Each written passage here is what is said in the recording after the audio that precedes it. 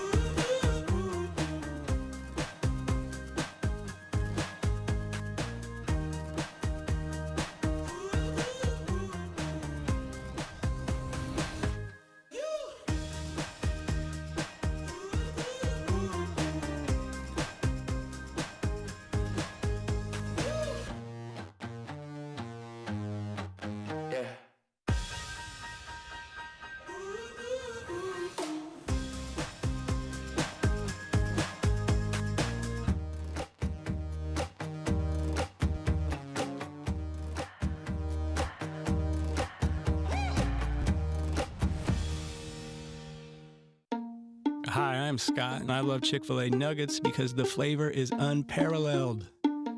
As soon as you bite into them, you're in a happy place.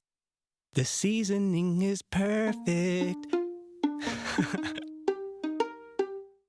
Hey, I'm Giovanni, and a little thing I love about Chick-fil-A nuggets is that they're perfectly breaded. There's just that right amount of crisp. I don't know what they're doing in the kitchen, but it's pure magic. What's the difference between good and great? Good tries to get it right every time. Great actually does. With Clip Notes, we save your haircut details so you always get exactly the look you want. Great Clips. It's gonna be great. What's the difference between good and great? Good is when your haircut costs less. Great is when it still meets high standards. At Great Clips, you'll always get the haircut you want for less. And with our easy online check-in app, you'll save time too. Great Clips. It's gonna be great. Just minutes away from kickoff at the Sportsplex at Matthews.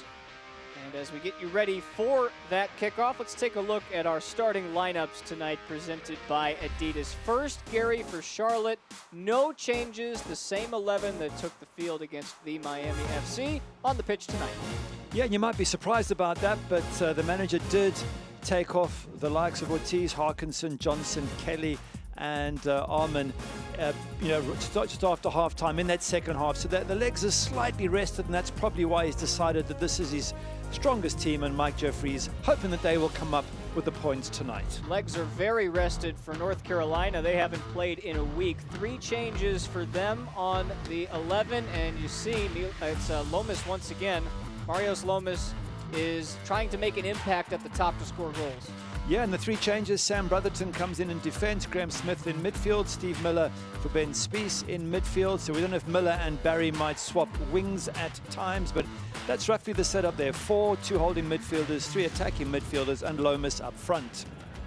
It is North Carolina and Charlotte for the first time this year as we take a look at our keys to the game presented by Harris Teeter Fuel Points. What sticks out to you tonight? Well, for Charlotte, Mike Jeffries saying that he wants his team to maintain good defensive shape. He says North Carolina moved the ball extremely well, and you have to deal with that excellent movement by keeping a good defensive shape. And for North Carolina, take the goal scoring chances. They haven't scored for 2.5 games. They need to score tonight. For the first time this season, Charlotte and North Carolina, of course, in North Carolina. Happy to have you along. North Carolina will be in their whites tonight. Charlotte Independence in the blue. 2 teams separated by just 2 points in the Group G standings for the final playoff spot.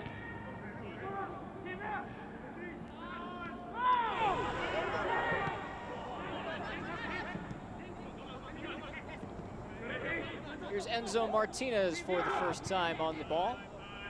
Out wide, Joel Johnson. Ortiz turns.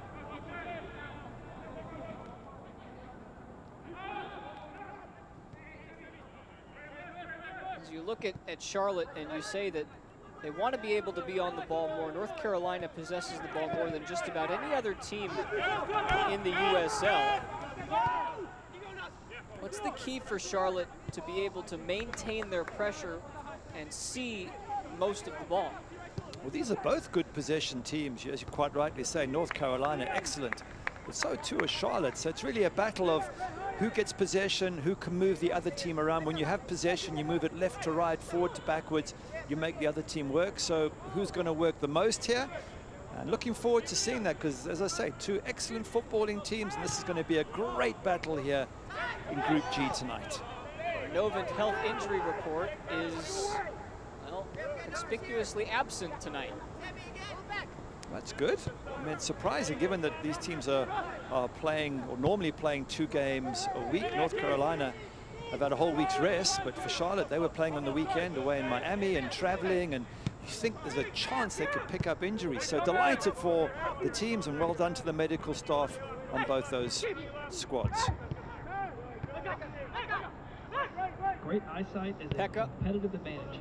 Folks, AccuVision Eye Care wants to make sure you Now he's playing on the wing. competitive edge.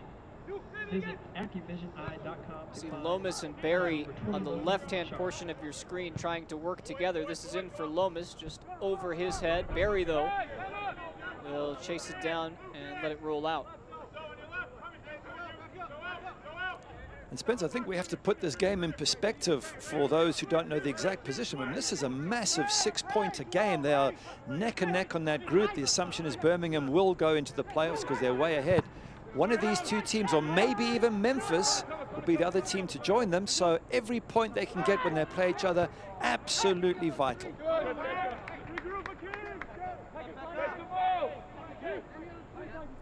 Hey, you called this a 6-pointer.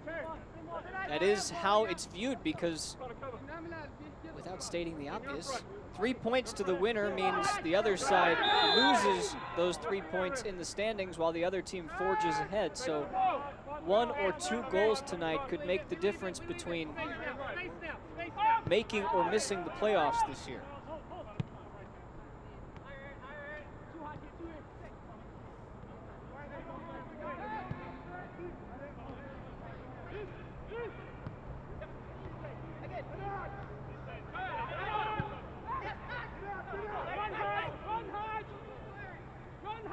Out wide it goes for DJ Taylor. That takes a deflection, and it's out for a corner kick. A good attack on that right-hand side by the visiting team, and they are a threat because they can keep that possession. And while we get a moment, just to go back to Charlotte being unchanged, might be a bit of a surprise. But Mike Jeffries, as we mentioned earlier, did take Ray Ortiz off just after half-time, and Harkinson, Johnson, Kelly, and Armand. So he did give them a bit of a chance to recover before this match. Smith spears it in. Takes a double deflection as Charlotte takes possession again.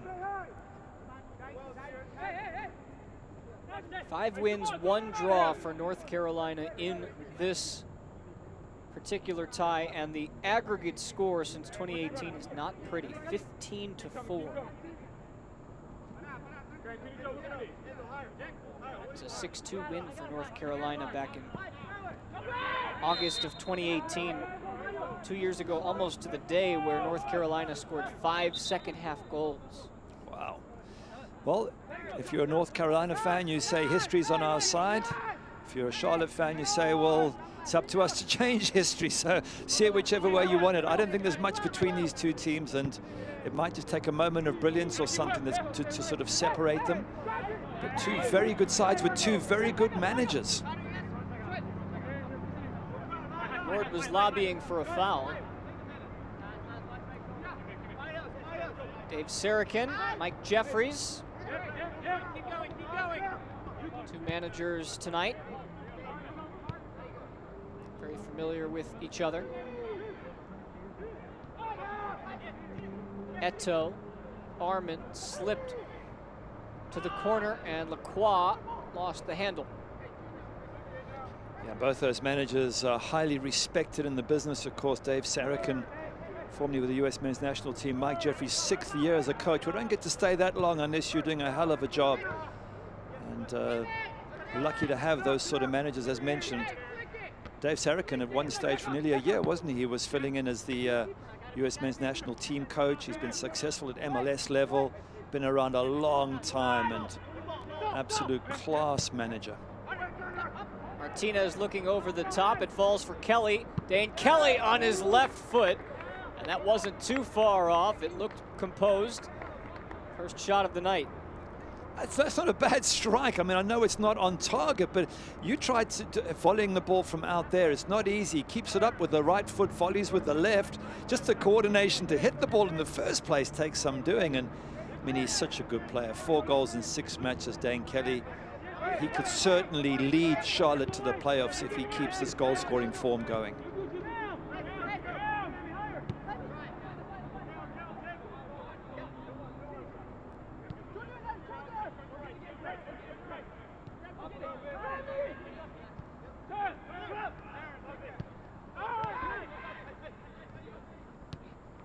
Here's Barry.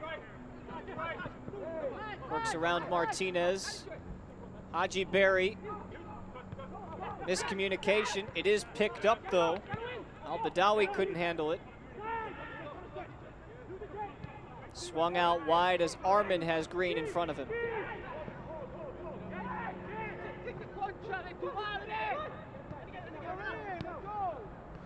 Armand and Kelly link up. North Carolina does an excellent job getting back. Lacroix to the byline, into the box, and out for a Chick-fil-A corner kick.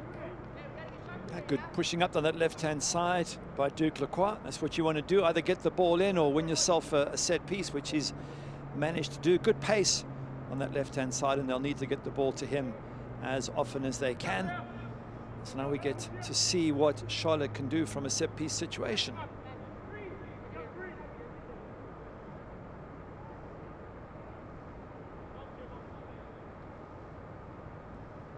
Ray Ortiz from Acapulco to the back post. Kelly claims he was pulled. And it's out for yet another corner kick, as touched by North Carolina. He's not happy, is he? He initially showed the pulling movement, then he showed a pushing movement. Maybe it was a bit of both, but he was appealing to the referee there, saying they were holding my shirt. So the referee will be keeping an eye on this one. You're supposed to do the pushing and pulling exercises on opposite days to build up the muscle. Swung in. Eto keeps it in. Martinez loops it back. Plucked away by Stephen Miller. Fights off Kelly. You see Charlotte hustling back to find their defensive shape. Pekka.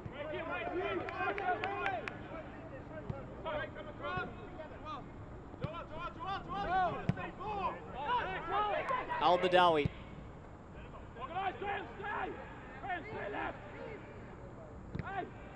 Blocked by Lacroix. It falls for Lomas, and Miller's up to the task. Big time save from Brandon Miller. Second in the USL in saves this season, and he keeps North Carolina off the board. Have a look at this here. This is a good move here, a good chest down, hits it on target. Yes, it's at the keeper, but it's at a tight angle for Lomas, and he does well just to get the power on it. And Brandon Miller does equally well to kick the ball away from danger.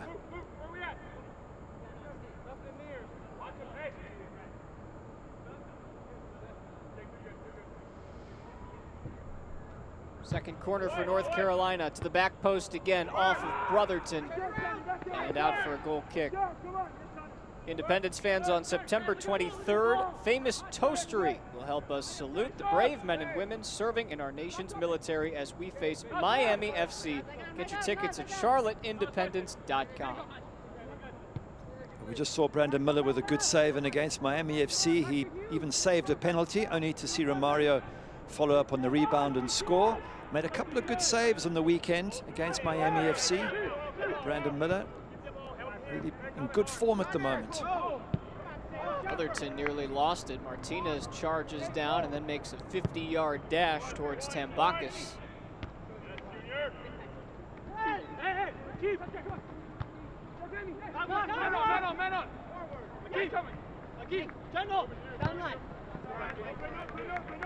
If you were a goalkeeper in your day, that has to be the most frustrating goal to allow right after you save a penalty. Oh yeah, absolutely. There's nothing worse, because you probably at full stretch, you don't know, you just get a hand to it, you can't direct it, and it happens to go straight to the striker. It's a heartbreaker. Hawkinson given a lot of space, he stays with it. Tambakis parries it away. That's a good save from Tambakis. Not an easy one. You saw him limping when he went away from that. And he had a bunch of good saves in the 3-0 recent loss to Charleston Battery as well. If it wasn't for him, it could have been 4 or 5. Have a look here. As the ball, as he keeps running with it, he keeps running, Hawkinson. And then he gets a lucky bounce off one of the defenders. Eventually the keeper has to come out, and you can see him just hopping at the end there. I think he got a boot in the knee for his troubles. 27-year-old from Athens. 9th professional season, 3rd with North Carolina.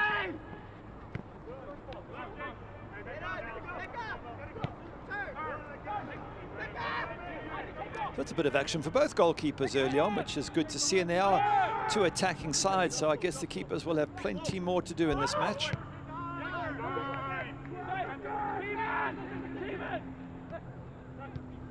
Once the sides get into their attacking zone, it does look very controlled.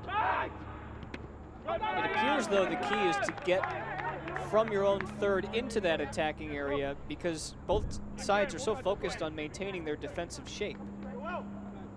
Yeah, it's not easy, and Dave Sarachan there will be trying to figure out how to outwit Mike Jeffries and vice versa. Both these sides are quite well organized when they go forward. They still keep their defensive shape and structure, but it's about taking chances, and I think that's when we had a chat with Mike Jeffries. He said, we concede too many chances. We need to close down more quickly, and we also need to be more dangerous in the box. So it's those little opportunities that pop up in the box, or the little mistakes where you give away something. Like, for example, Hugh Roberts giving away a penalty against Miami unnecessarily. Looking back, that's the difference between coming away with a point and nothing.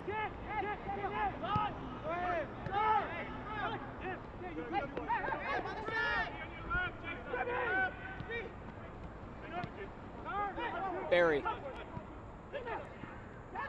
Al-Badawi. Nazmi Al-Badawi rolling wide.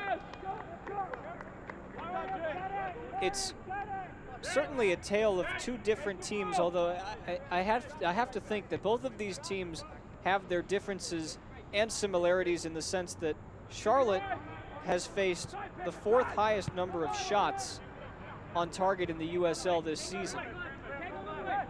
North Carolina is last in the USL in putting up shots on target.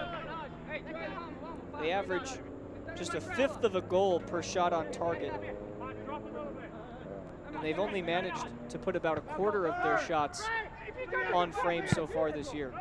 Well, those stats tell a story in themselves. If you can't hit target, you've got a problem on the one hand, and if you're conceding too many shots on target, then you're not defensively well structured around your box. So big issues for both those sides. And if you want just to chuck in a few more stats there for North Carolina and Dave Sarachan, when they lost recently at home to Charleston Battery 3-0, they had 65% of the possession, and yet they had one chance to Charleston Battery's 7. One good chance to Charleston Battery's 7. So if you've got 2/3 of the possession but 1/7 of the chances, then clearly you're not doing something right in the attacking third. 72 shots for North Carolina this season, only 19 of them on target, and to do you one better there, 4 of their last 5 games they've had 63% or better possession. Arman tries to float it in. Ward gets it clear, only as far as Johnson. Martinez flicks it up for Ortiz, who then launches it into the box. Nobody there to greet it.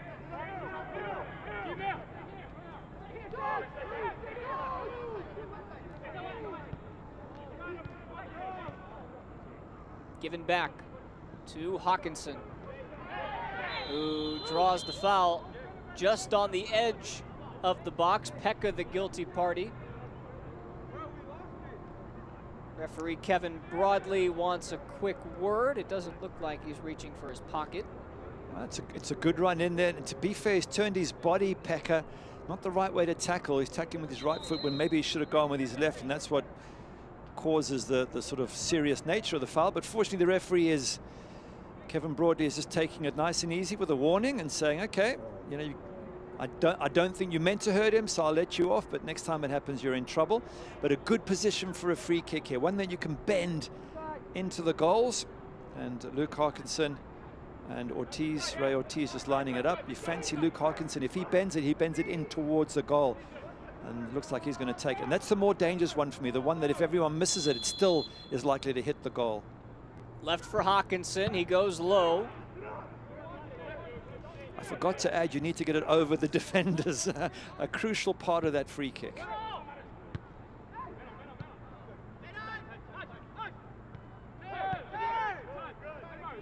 Out wide for Ward.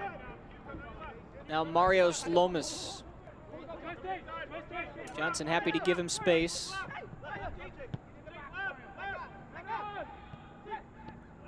Pekka gives it away. That's not like him. Usually very sure-footed in terms of his passing. 94% pass accuracy this year. He's got lots of experience behind him, Pekka, at 31 years of age. Free kick given. And of course, he's a Brazilian. So the moment you mention the word Brazilian, you assume they're going to be very comfortable on the ball. But that experience is important here as well, just to know, you know, when to push and when to defend. Again, chatting to the coaches and to Mike Jeffries, and he's saying his team are tired. They can't press a lot because they just don't have that energy in their legs. It's been a long time off because of COVID, and then back in 2 matches a week. So he doesn't expect his team to do high pressing, and it takes a lot of football intelligence to press occasionally, but then try and keep as much energy as you can.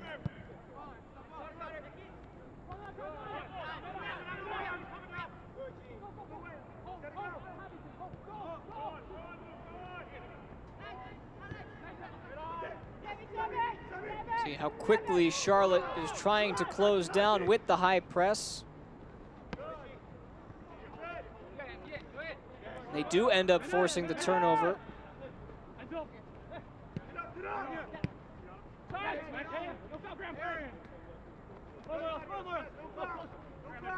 Mike Jeffries calls Junior Eto an excellent link to the front men. Ortiz keeps it. Tries to get his cross in. Comfortable in the end.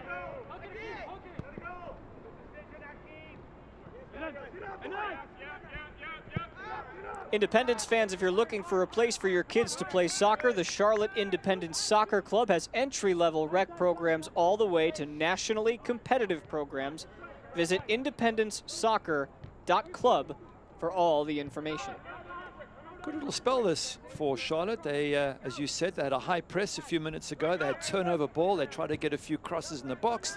Didn't quite work out for them, but given that they're the home team, oh, that's a silly little, that's going to get you a yellow card if you're not careful. Got to keep your hands off people. Lomas. And we spoke about this in games before. You don't want to give away a silly yellow early in the game. Fortunately, referee Kevin Broadley is being a little bit lenient, which I think is nice for a referee, because I don't think Lomas is doing any harm there, really. But some referees might not see it that way. And if you're on a yellow early in the game, then you're tiptoeing the rest of the game, careful not to give away a second yellow.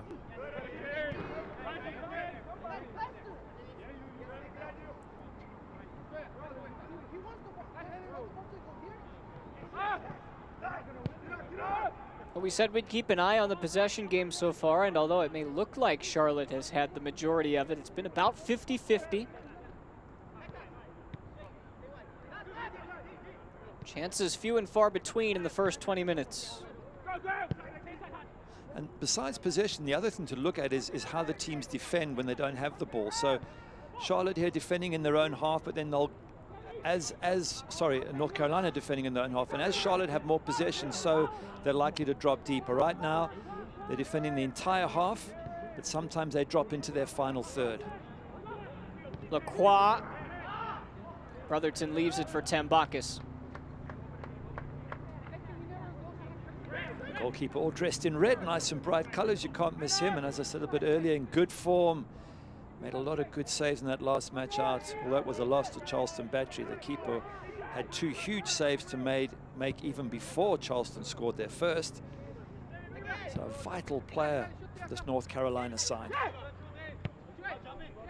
Ward looking to go over the top. That's a nice ball. Barry, though, couldn't control it. Those two should be able to link up. They've been really good on that left side so far this year. Barry coming over from Ottawa. Ward, who signed in February, was the 14th pick in the 19 draft by DC United. Played with Loudon. And then that was it. They let him go.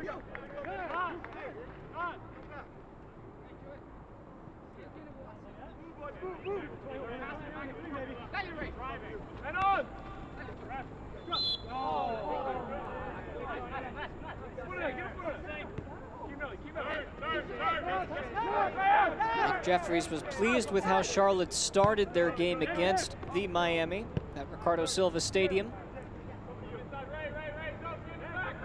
But he also emphasized there's always that one moment when you give up a goal that you can look to.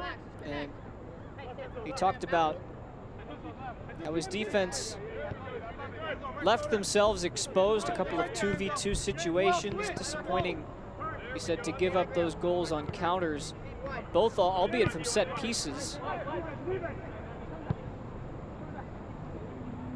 Yeah, and there were two bad goals as well. Hugh Roberts, that tackle on Prince Sadie, unnecessary. That results in a penalty. And then, with 4 minutes from time, Granito makes a run for Miami FC and gets himself to the edge of the box, and it's a deflected shot. A little bit unlucky, but allowed to have the shot. Johnson can't clear it. Pekka missed the target. Well, that was a good opportunity there for North Carolina. The ball bobbling around in the box. Comes to Pekka, and he's not too far away. Have a look at this again. It pops up for him, and he strikes it well, but just wide of the post. But he's inside the box with time to get a shot. Maybe looking at it, you'd fancy him to have at least hit target, but good opportunity there for North Carolina.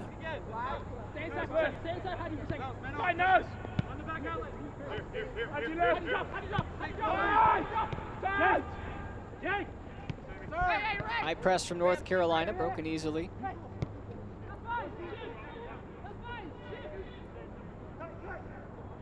Hawkinson.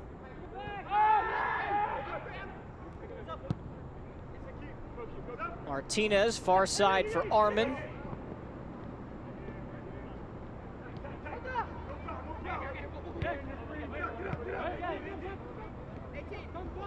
And Ortiz gives it away. Since 1947, Select has been the leader in soccer ball quality and innovation. Select is the official ball supplier of the USL Championship and many of the elite leagues throughout Europe. For the latest Select products and special offers, please visit www.selectsportamerica.com.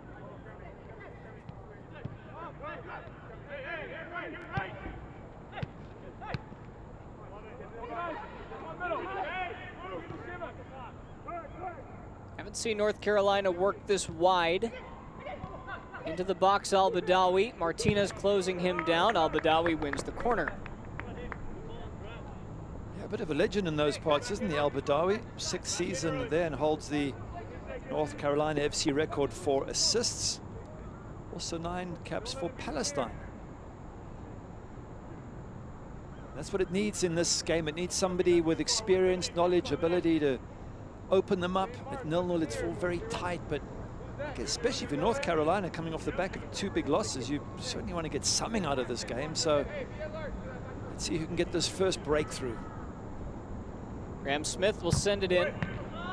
Again, it barely gets past the first defender. Arman with his head up. It's so frustrating, a corner like that, and Graham Smith can't get it in. You know, everyone's gone up, the big guys are there, they're all waiting. You've got to at least get the service into the box and give everyone a chance to get on the end of it. I always get so frustrated, any set piece that can't clear the first man.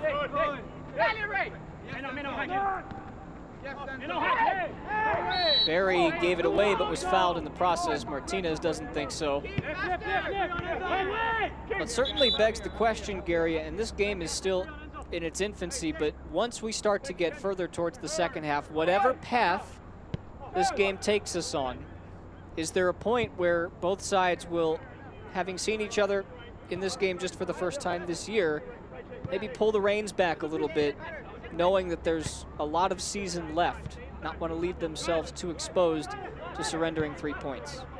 Yeah, you wouldn't throw the kitchen sink at somebody if you're drawing. If let's say it's 1-1, you're right. Neither side's going to go crazy to win it. They'll try and win it, of course, but they'll win it while being defensively solid. If you're 2-0 down, that's when you throw everything forward and you take risks. So it's early enough. I think they meet 3 more times after this. So there's going to be plenty of 6-pointer games, and with Memphis as well. Long way to go before this is decided. But the problem for North Carolina, you come off the back of 2 losses, you concede 5, you don't score. If you're going to lose this one, it really puts you behind the 8 ball. So I think slightly more important for North Carolina to at least break their losing sequence and get a draw.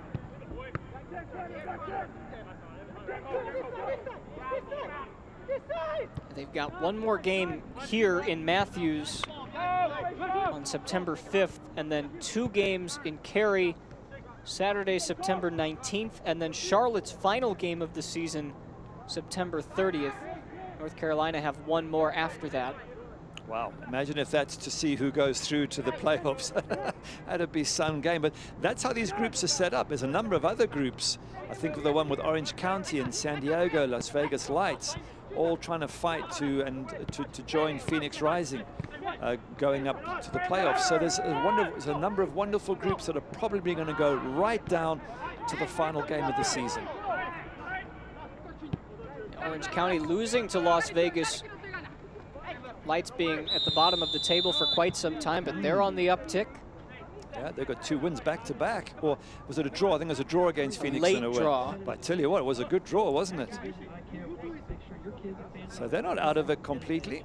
Yeah, a little bit too much push in there from Joel Johnson. Good player as well. He got the cross for Dane Kelly's first goal against Memphis, Joel Johnson. And he had another assist for the Hawkinson winner in that game. So a vital player for Charlotte Independence.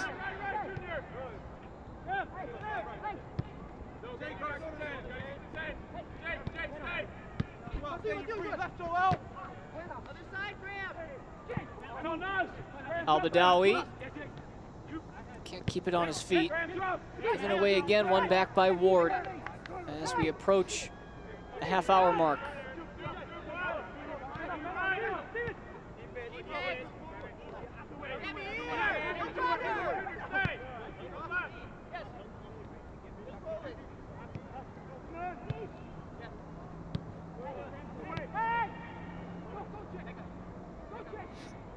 You can tell North Carolina is just searching for that forward ball. That's inventive. Into the middle, Pekka has some space. Finds Lomas. Now for Berry. Haji Berry is open, shoots, and it's saved by Miller. Big time stop. That's a very good save again from Miller. I thought that was going in. When he hits that Haji Berry, he's picked his spot, it's bending it, he comes inside here. He bends it, whips it, goalkeeper strong left hand and pushes it away from trouble there. That is a very, very good save, and he's kept his team with a clean sheet for the time being. Had a career high 10 saves back in week 1 in March against SKC2. I think he was named on the USL Team of the Week for that week, wasn't he? You, sir, have done your research. Miller doesn't claim this one. It's still into the box. Now brought back out and always wide. That will take us to our first hydration break of the evening, and that gives us a chance, Gary, to play a little game. We like to have some fun here at the USL, so we thought we'd drum up a crossword puzzle for you. We call it Crossing into the Box. We want you to have some fun tonight, so tweet your answer using the hashtag USLCross. We've got 3 clues for you. Charlotte's next opponent, 1 down. The former Railhawk and Italian speedster, and then the USL's #1 goal scorer. 3 across should be pretty easy. But tweet your answer to us, USLCross, and we'll reveal the answer for you a little bit later. Maybe give you a shout out if you give us the correct answer tonight. Maybe a clue. Our production team, who does such a great job covering the action for you all across the USL. First 30 minutes and change, Gary, it really feels like both sides have had half chances. I'd say that Berry shot right there before the hydration break was the best chance. Yeah, that was a very good chance. Both keepers have had some saves to make. Both teams are similar. They're possession football, they're probing, that's nice to watch. But ideally, for everybody watching, you want to get a breakthrough. You want to get somebody to score and start to get the match in motion, because all the time it's 0-0. Teams continue to feel each other out. But Haji Berry's shot was a really good one there. And Miller once again with an absolutely fantastic save. But this is a local derby, or derby as you say, and without the fans it's not quite the same. Maybe they should pump up some sound there, some crowd sound, because this is a huge one for the players. They don't live too far apart and don't play too far apart, so they want to win it for pride. And with no one in the stadium, a lot of the players have been telling us that it's been tougher to play compared to seasons gone by, but the players are all also very, very happy just to be able to play and do what they want to do, because that time sat at home when COVID first hit was so tough for the players not to be able to get out and do what they normally do. For what it's worth, I say Derby. Even though it's not, Do you say Derby? It's not Okay. correct from a pronunciation standpoint here. I think that's just what you say, right? Well, the American word seems to be derby, so I constantly have to correct myself. But then, long as you say Derby County, if you're talking about the club Derby, that is definitely said as Derby. If you were in England and you called them Derby County, you get a few very strange looks. As an American who enjoys watching this sport, there's very little that you can say with your accent that comes out as wrong, in our opinion. I'm lucky in that sense, because there's a lot of words that are very different in English compared to American English. Miller had to hustle to get to that one. Even things like boots and cleats. I first got here, I'm a cleat. What is a cleat? Always known that as a boot, but yeah, you learn. You're in a new country and you have to adapt. Now, this is an international pool of players in the USL, to say the least. 86 different countries represented nationally. Barry goes down. He wants a call, he won't get it. Just in this match, Tambakis from Greece, Sam Brotherton's from New Zealand, Pekka from Brazil, Al-Badawi's played for Palestine, Haji Barry Ghanaian, and Lomis Dutch. That's just on the North Carolina side. Yeah, Dane Kelly, Jamaican, Enzo Martinez, born in Uruguay, Ray Ortiz from Mexico. It's a who's who of countries. And that's great, because if the US is going to become a world force in soccer, and I believe one day it will, then you want to learn from all the different styles of football all over the world. And that's where the USL is a wonderful league for, firstly, for bringing in young talent, 16, 17-year-olds, absolutely brilliant to see.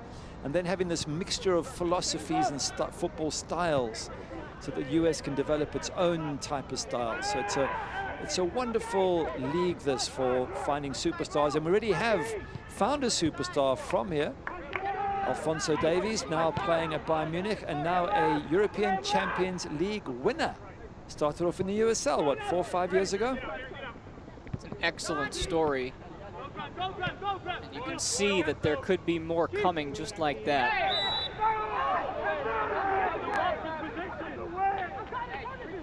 Fans, if you're in town, the Hyatt Place downtown is the perfect place to stay. Located in uptown Charlotte, you'll find plenty of dining and entertainment for your pregame and postgame festivities. Come on. Give them the space. Ball where Johnson is. We have numbers here. No, it's 21. Try him. Right, Lex. No, let's go now. Let's go now. Go. Martinez over the top. And Brotherton can't save the corner. Chick-fil-A corner kick.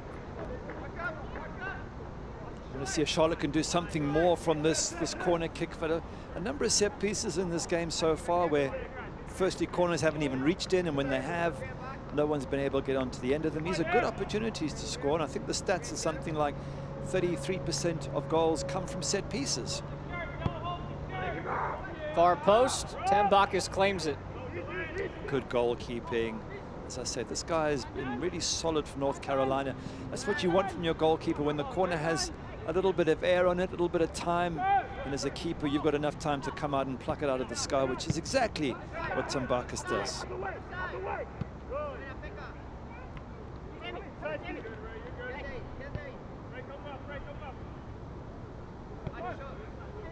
Sort of a high press here for Charlotte, one of the few times that they're prepared to expend that energy. Down the right wing goes DJ Taylor, and he lost it off the sideline. Had a chance to move forward. You can see the gears really in the heads of Mike Jeffries and Dave Sarakin at this point, just churning. You can see the chess match. It's not brute strength and athleticism with these two sides right now. It's just about picking the right pass that not necessarily will win the game, but just won't lose the game.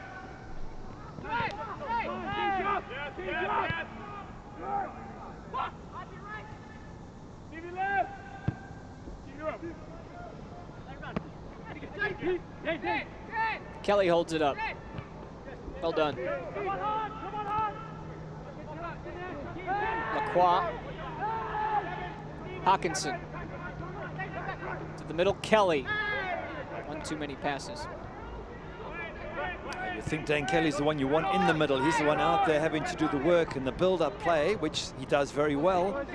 Ultimately, he's such a good goal scorer. You want him in the box. You want to be getting crosses into him.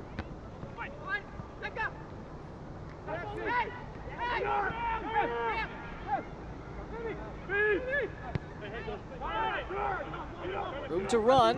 Lomas had made a run down the middle. Instead, it goes wide for Barry. Haji Barry whips it across the face of goal, and there was nobody there to tap it in. was nearly somebody there as well. What a good idea from Haji Barry, and he has whipped it in. I think it was Stephen Miller who was coming in late, and if he's a little bit quicker there, if he can read that. The thing is, it's hit so hard, you just haven't got time. Unless you're in there, you're not going to get there. But nice idea and good play from Haji Barry. Fans, make sure you tune in to ESPN Plus for the next home match on Saturday, August 29th, against Birmingham Legion FC. Match will be presented by Great Clips and the Charlotte area franchises. Kickoff is at 7 p.m.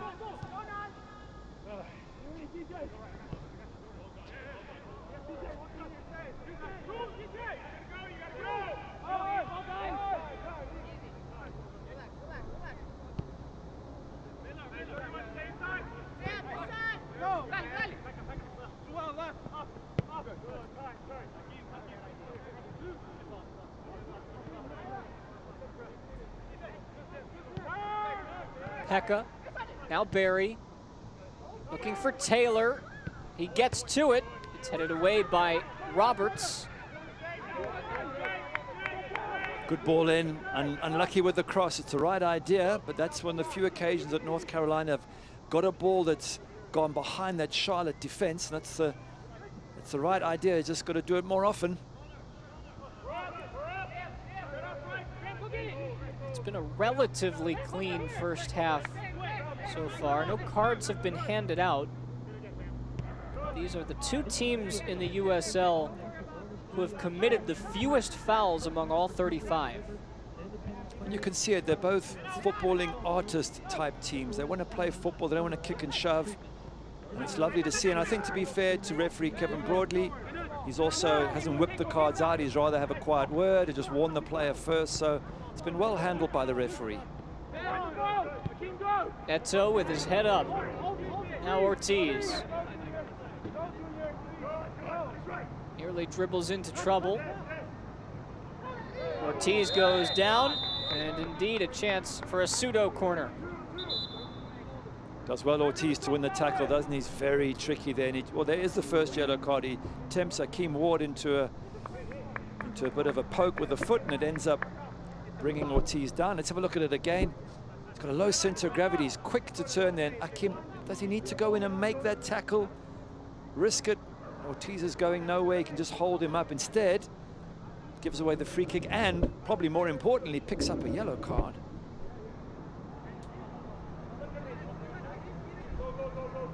Ward will have to be on his best behavior the rest of the night. Ortiz has sent in a handful of these so far. None have come to fruition. It wasn't Ortiz that time that sent it in. It looked like Mond got his head to it, or rather Roberts did, and it was just wide. Turned out to be a good chance. Well, if he did get his head to it, yeah, and he's not complaining about the corners, so in which case it's a good ball in. Maybe he's just under too much pressure there, Hugh Roberts. That's a better set piece there for Charlotte.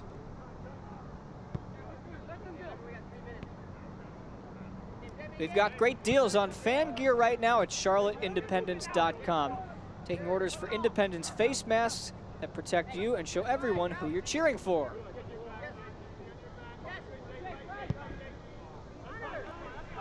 Donovan's long ball is comfortable for Miller. The further we wind down in this first half, the more it looks like we'll be heading into the half scoreless. Yeah, there isn't enough happening in attack for me. Maybe I'm not seeing the fullbacks pushing up high enough, or maybe the midfielders are not taking risks. That's a good ball for Lomas. He's onside, and he can't flick it around Mond, but he does win the corner. Well, as I was talking about them not being direct enough, they put a direct ball in, so... And again, maybe it's the first half where you're defensively more careful, but as the game goes on, perhaps we'll start to see teams take a few more risks, or maybe just tired bodies allowing more gaps.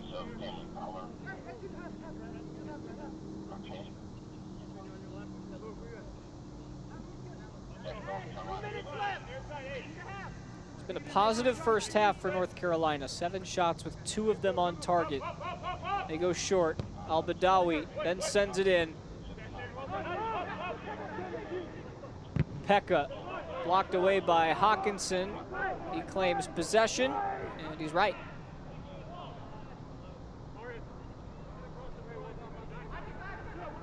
That's what we need to see more of from a North Carolina point of view, getting balls that are better balls into the strikers and immediate support from midfield so they can put the pressure on. I haven't seen enough of that first half from either side, to be honest, but as we say, probably being a derby match and one in which there's a lot at stake in their group, they're just being a little bit more careful than normal. And they have conceded goals, of course. Last time out, North Carolina conceding 3 against Charleston Battery, so they're thinking defense first, and Charlotte just conceded 2 against Miami FC. But I think as a neutral, I'd love to see both teams use their passing skills to just create more attacks. Lomas has tried to make those runs. Martinez has been conservative by his standards so far.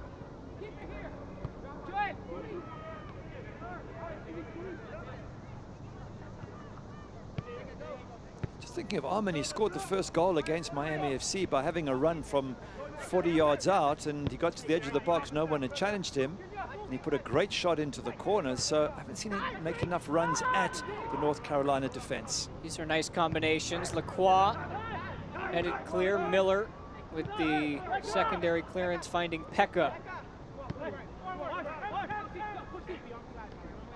3 minutes of stoppage time to find a first half goal.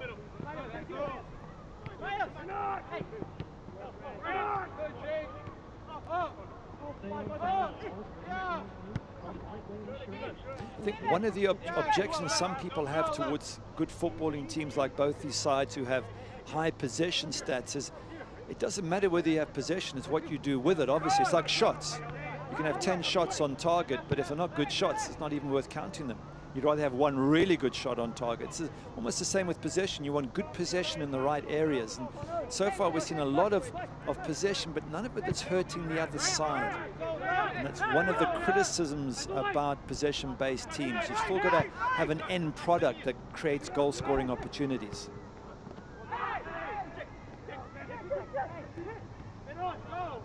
Eto, the Congolese, makes a surging run forward and then gives it away. You work with a lot of the teams in La Liga who are similar to that, or who really abide by that law.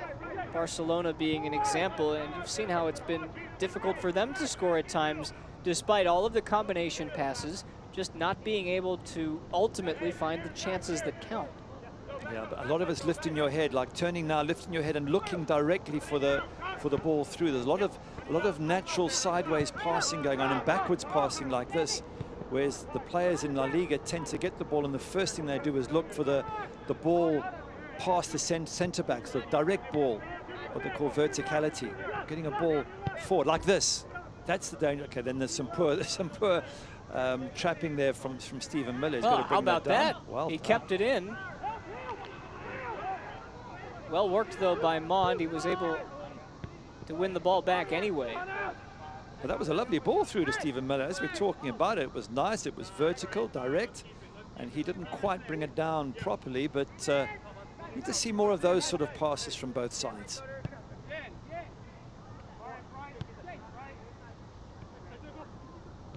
Well, this chess match will certainly need a second half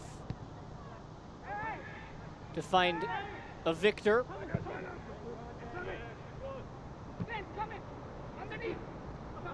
Kelly keeps it. Maybe one more chance for Charlotte. Dane Kelly back to his right foot. Just one too many touches. He got it stuck under his feet in the end. And that should do it for the first half.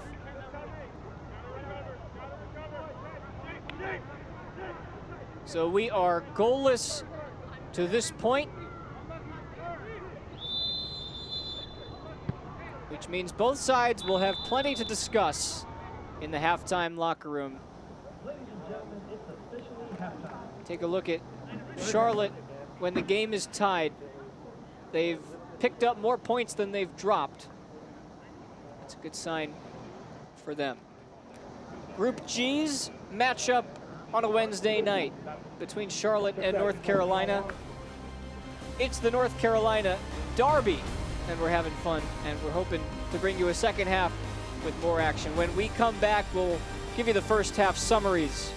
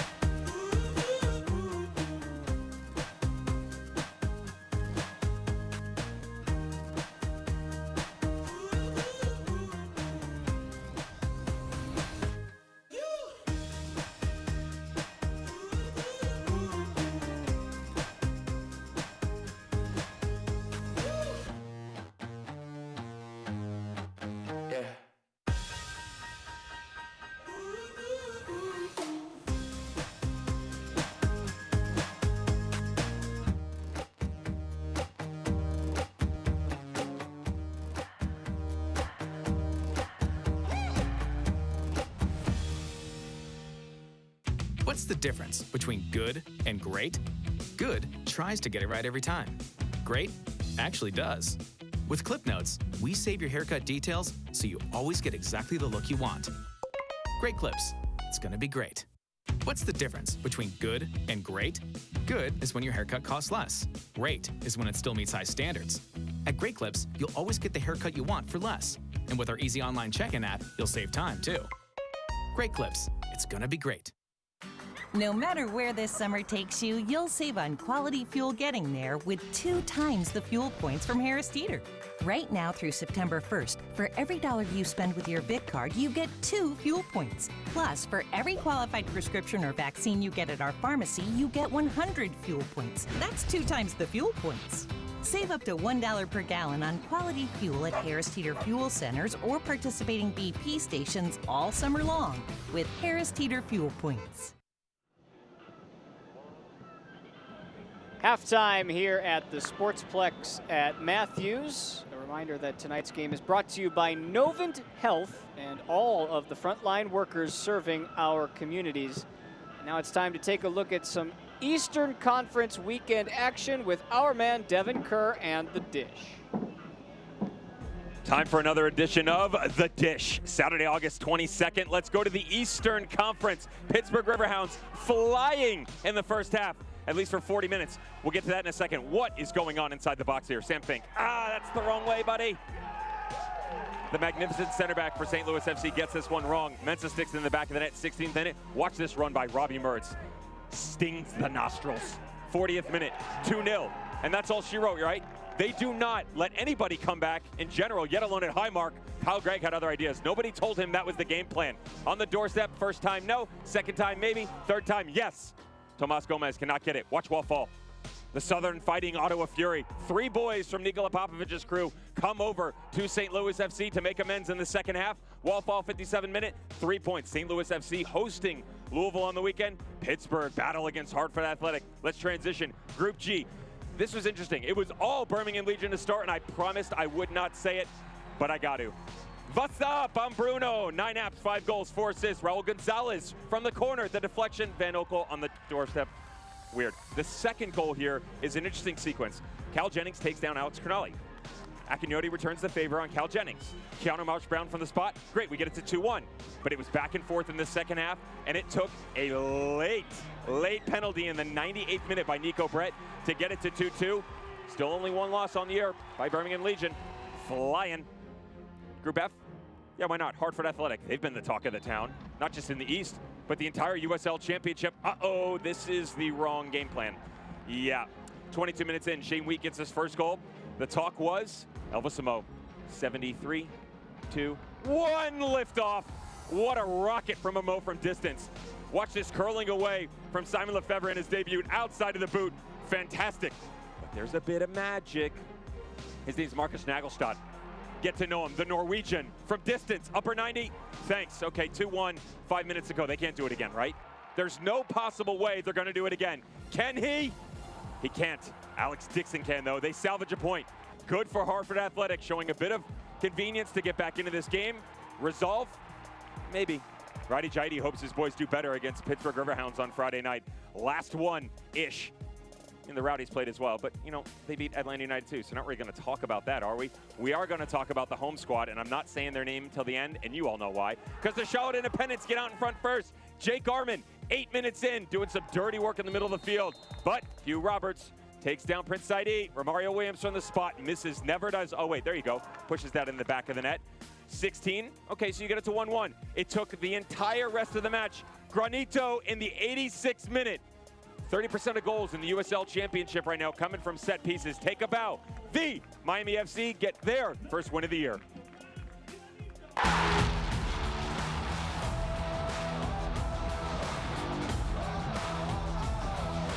The USL is proud to bring professional soccer back into our communities and across the ESPN family of networks.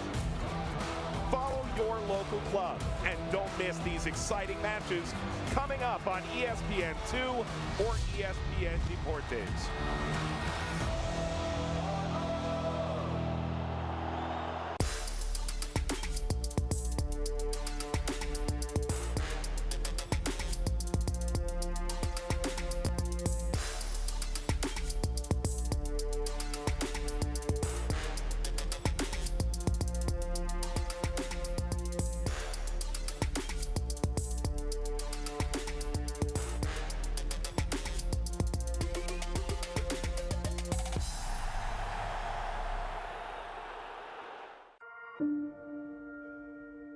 The United Soccer League and its 47 championship and League One clubs stand united in support of diversity, inclusivity, equality, and compassion. Together, we can make a difference. Together, we can create change. Together, we are united against racism.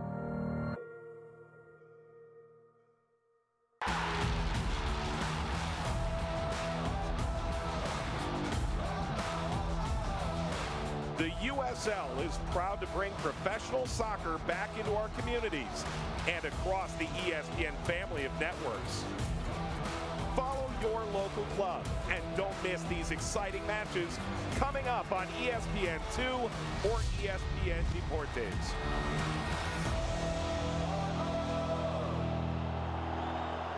Drink it in. Powerful, vibrant, nutrient-rich fuel for healthy, active, experience-rich lives.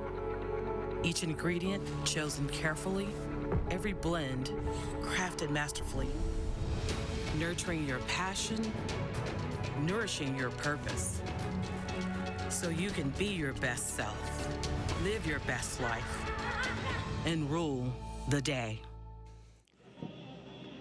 During this time in our community, we'd like to thank the frontline workers at Harris Teeter for keeping our family and team fed. Thank you very much. And it's time to take a look at some news and notes around the rest of the USL. Solomon Asante continues his surging numbers. He's getting to the top of both the goals and assist marks again. St. Louis FC, they're done after this season before St. Louis City takes over. They'll have a 2-year hiatus in 21 and 22 before St. Louis has soccer again. And indeed, there are 2 unbeaten clubs left, with Orange County's loss to Las Vegas yesterday. Who you got to stay undefeated?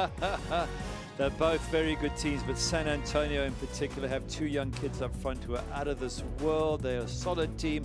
I reckon the last one to lose the unbeaten record will be San Antonio. By the way, there are 2 winless teams remaining as well. That's Timbers 2 and RGV still looking for their first 3-point night. Meanwhile, this was Sunday. You see Hartford and Loudoun played to a 2-2 draw. You saw the highlights of that and the Miami-Charlotte game.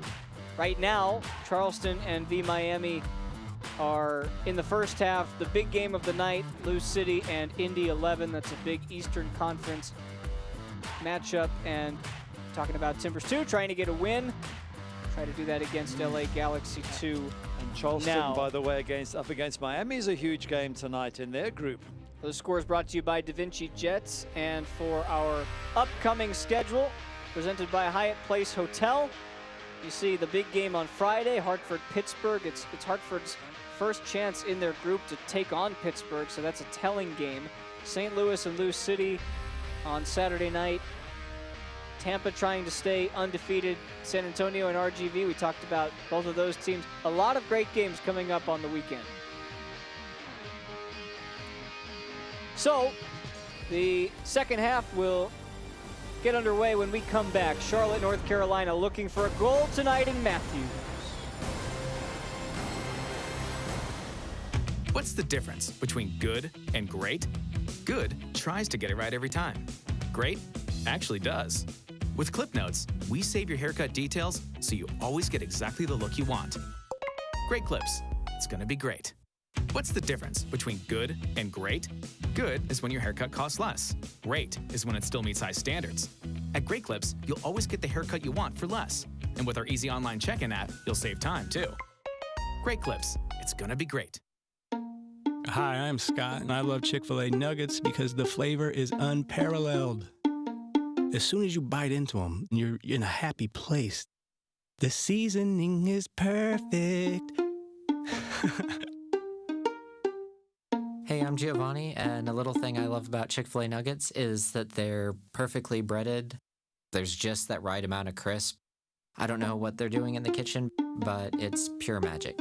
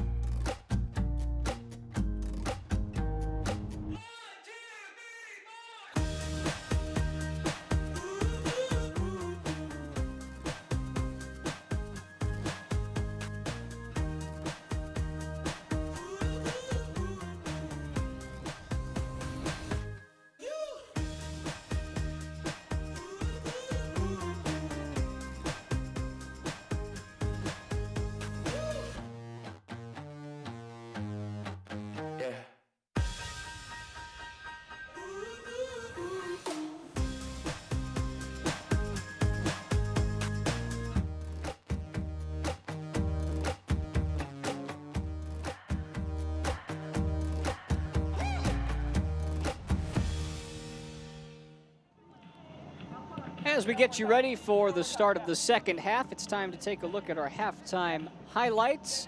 First half didn't feature a whole lot in the way of goal-scoring opportunities, but there were a few, Gary, had they gone in, we would have been saying, wow. Yeah, there were a few strikes on both sides. This is Dane Kelly with his right foot. He sets it up on the left foot. That is an unbelievable strike. Yeah, it's a little bit off target, but give him credit for even being able to get that volley off. And then situation for North Carolina on the attack here. Good turn and shot by Lomas and a good save. Once again, Brandon Miller has been excellent. And Miller makes this save, and then not too long after that, literally a minute or two, Charlotte coming on the break again. And this was just the case. You had a lot of these near chances that I don't think you're disappointed to say, well, yeah, they definitely should have scored. We never really had that moment. I'd say this was perhaps the closest one, really. Yeah, chances both sides. That one hit there a little bit by Pekka. I thought he could have done better. He hits it wide. It just pops up, and maybe it doesn't pop up properly for him, but there were chances for both teams. The goalkeepers, I thought, did well. Haji Berry here. What about that for a save? Look at it again. Miller's left arm comes out. It's strong. It's powerful. He's at full stretch. That really is the save of the game and the strike of the game so far. Take a look at our halftime stats brought to you by Brightway Insurance. The possession game really started to teeter towards North Carolina at the end of that first half. It was 50-50 most of the way. They're the ones getting up the shots. We haven't had too many fouls. You got the one yellow card that Akeem Ward is on. And we also want to give you our answer to our USL crossword. Crossing into the box. All right, Charlotte's next opponent, that's Birmingham. That's a big game. Former Railhawk and Italian speedster, well, he's not Italian, but Enzo Martinez and Enzo Ferrari do share a first name. And we know that Dane Kelly is the USL's #1 goal scorer, of course. Thanks for those who participated in crossing into the box. The former Railhawk, Enzo Martinez, who's now been with Charlotte for quite some time. And we do have a substitution to deliver to you. Valentin Sabella is checking into the game. It'll be Sabella in and Luke Hawkinson out. Substitution brought to you by Smoothie King. We'll see if Sabella can inject some life into the offense here as he works his way up the left side. Alongside a man who compiled 7 clean sheets against Liverpool in his day. That's Gary Bailey. I didn't know that. Spencer Siegel here with you. Happy to have you along tonight. This is the sub Sabella who finds Kelly on his left foot and hits the crossbar. And we're off and running. Absolutely. Maybe we'll see a second half where both teams are going to push forward a little bit more, but he is so good, so dangerous. Dane Kelly then, did it take a little bit of a deflection? Think it did. That's why it dipped so viciously at the end, but so close there for Charlotte. Sabella nearly wins it back. Early pressure from Charlotte. Martinez into the box. Crossing just wide. There's a sense of fervor about Charlotte in the early stages. Yeah, good run there from Enzo, and I wonder if he could have maybe, or whether he was trying to find someone in the box or whether he was shooting. But there was a couple of blue shirts there at the near post, and Sabella being one of them, puts his hand on his head there saying, maybe if you'd have found me, I could have scored.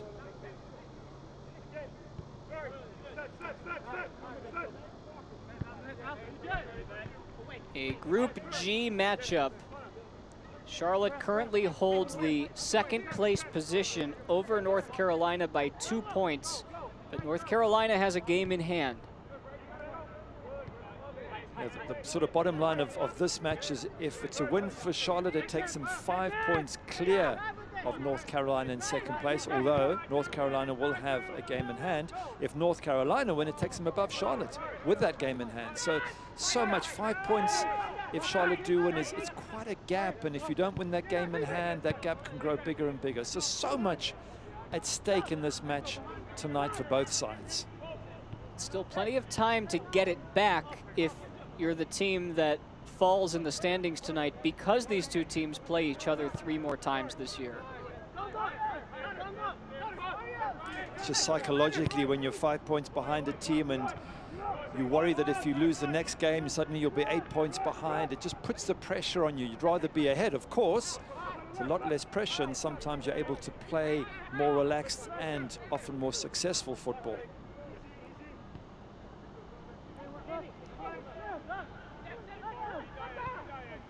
It's been a long spell for North Carolina since they've been able to see the back of the net. Haven't scored in either of their last 2 games. 3-0 loss to Charleston last Wednesday. 2-0 loss to Birmingham 10 days ago. They last scored in the 38th minute on August the 8th in their 1-0 win against Memphis. That just proves my point about possession, because in both those matches you've mentioned, they had at least 2/3 of the possession and yet lost comfortably in the end.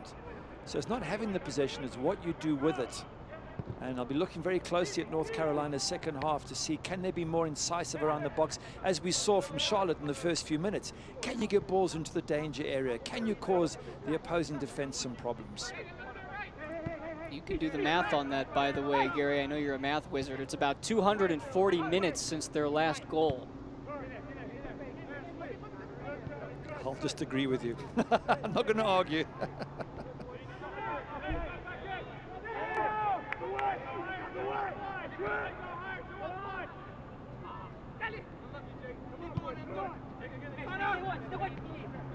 Out wide, Miller.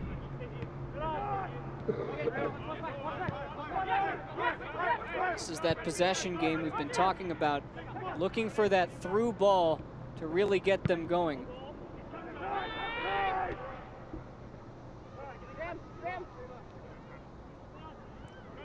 This game is starting to shape up into that direction where in the first 5 minutes of this second half, Charlotte have had the 2 chances, North Carolina have had the possession. Well, to be fair, North Carolina had more chances in the first half, so I think overall it's probably evened itself out a little. Lomas to the middle, just behind Al-Badawi. Martinez almost kept it. Barry has to sprint after it. He'll get there. Face to face with Johnson. Graham Smith. Through for Taylor. Lomas pops it up, and Miller claims it.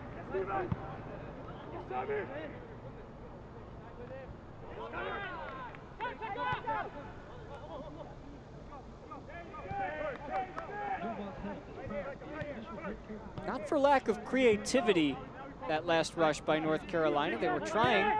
Credit to the Charlotte defense. Here comes Taylor again. Early cross this time, into the box. Lomas goes down, and Kevin Broadley says all ball. Yeah, lots of appeals, but nothing that looked out of place. The referee just says play on.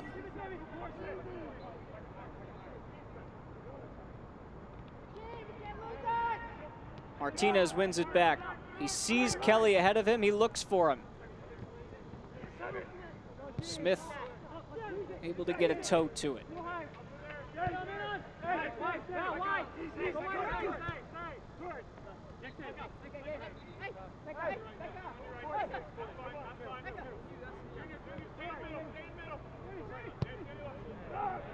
Long ball over the top.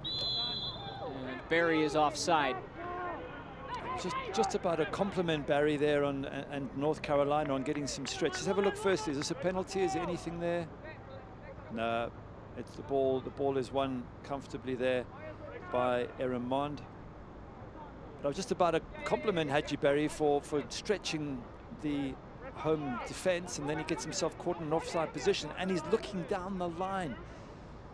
It's such a pity when you're a striker and you can see the line. You've got to keep yourself onside.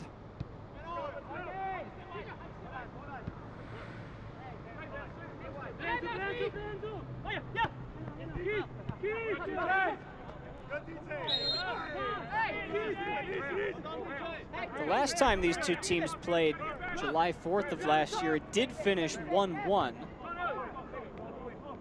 Goals inside of 15 minutes and then nothing from that point on. And a similar tale, North Carolina dominated the shots.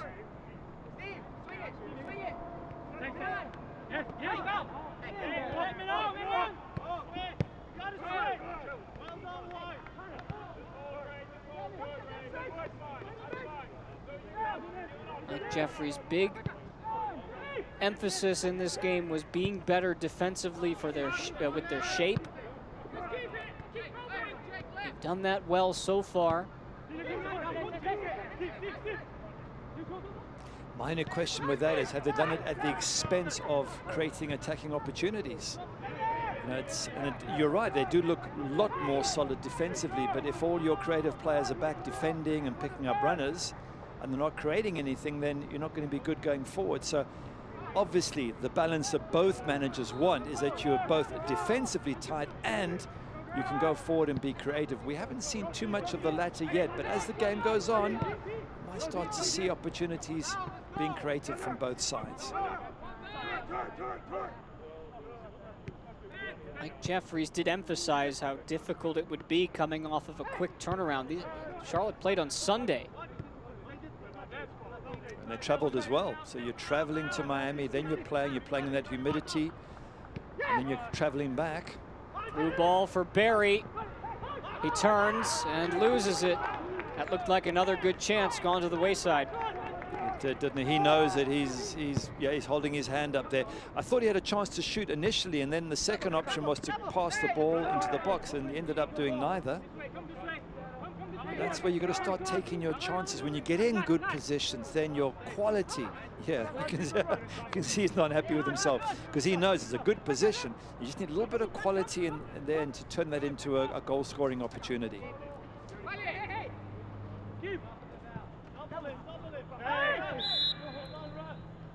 Independence fans, September 23rd, famous toastery will help us salute the brave men and women serving in our nation's military as Charlotte faces Miami FC. Get your tickets at charlotteindependence.com.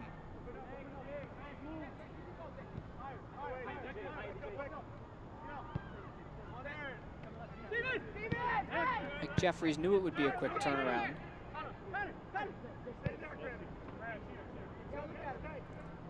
Said we need to be coordinated in our press. He really emphasized being compact. Being put to the test again, Lomas loops it up, it takes a deflection, Roberts to Martinez, and cleared.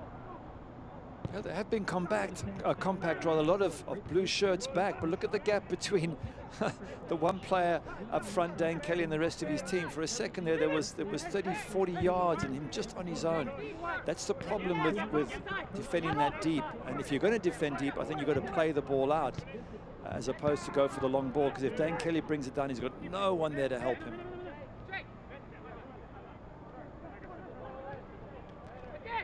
By the way, I must say, a lot easier here to make those comments about what players and coaches should do. A lot more difficult when you're down there actually trying to do it.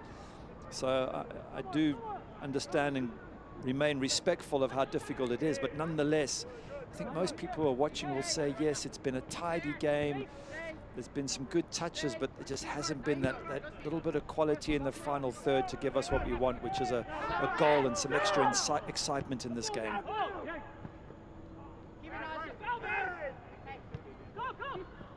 It is somewhat of a steamy night. Through ball looking for Lomas. Miller says, I'll take that one, thank you. I don't think Lomas is a speed merchant. I don't think he's gonna win that race. What he needs is good service in from out wide that he can get on the end of. He's a big guy. So again, in fairness to strikers, they also need good service for them to perform. See, that's the kind of stuff, when you say speed merchant, I think every American is thinking, well, that doesn't seem to fit, right? But it comes out of your mouth and we say, okay, you know what? Speed merchant, sure. It works. You don't use that expression at all? No, certainly not. But I love to hear you say it. I mean, you have those strikers up front who are so quick, and I guess the best example in the world is Mbappe. All they've got to do is wait for the ball and they can out-sprint the defender. And there's those strikers that are big and strong and you want to serve them from out wide, and I think Lomas wants this sort of ball coming in. Ultimately one that does actually reach him. Taylor gets a second chance at it, and had Miller been able to corral it, maybe he could have taken a soft touch before a shot, but ultimately it came in fizzing at him. And he was just stretching to reach it. He couldn't get enough power and control in it, but good effort from Stephen Miller to get in the box.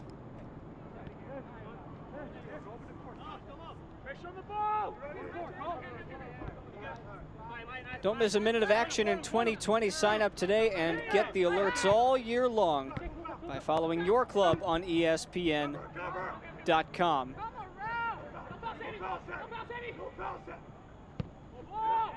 Into the box it goes. It's Ortiz on the half volley. And Charlotte take the lead on a beautiful goal from Ray Ortiz. That's a great strike, absolutely brilliant. He takes it on one foot and hammers it in, doesn't give Tembarkas any chance at all. We said it would take a moment of exceptional skill, perhaps, and we've seen exactly that there from Ray Ortiz. Brilliant first touch, fantastic strike. Let's have a look at it again. Ball gets whipped in. Have a look at first touch. In fact, it's a volley, first touch up and volley. Brilliant skill. That is not easy to do at all, and to tuck it in the corner and beat a very good goalkeeper in Tembarkas. Wonderful. We've been waiting for that tonight. We've been enjoying all the passing and good defensive stuff. Now we get a little bit of class that separates these two teams. Yeah, forget half volley. Tapped it right to himself and did something similar to what we saw Dane Kelly try in the first half. Yes, exactly, yep. Is extraordinary skill. Wow, that is something special, really, really special to see. And again, the first touch knocks it up, but to readjust your body to volley is not an easy thing. And those who play a bit of soccer, try it out, because it's not, get someone to play it to you and try and knock it up and volley it in one sort of move. It is not easy to do, but he does it not only well, he sticks it in the corner past a top goalkeeper. Just like that, North Carolina is forced to move forward quickly. Miller with a punch. And of course, now North Carolina facing the third loss in a row, and that they don't want. So you're right, it's going to force them to come out. And for the neutrals watching, they're probably going, great, we have a goal in the game, and now we're going to see more action up front. It's been a very careful game up until now, well crafted defensively. Now the attacking instincts are likely to come out, especially from North Carolina, who have to chase this game.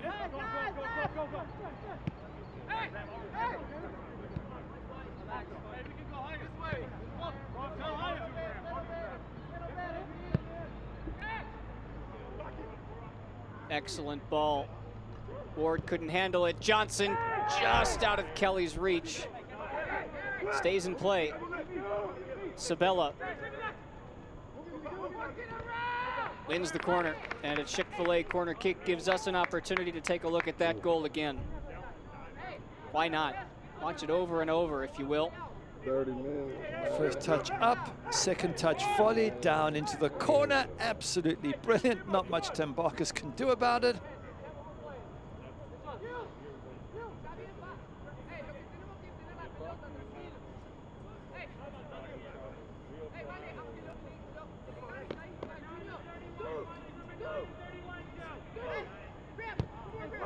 The goal scorer whips it in, and Roberts heads it to Durham.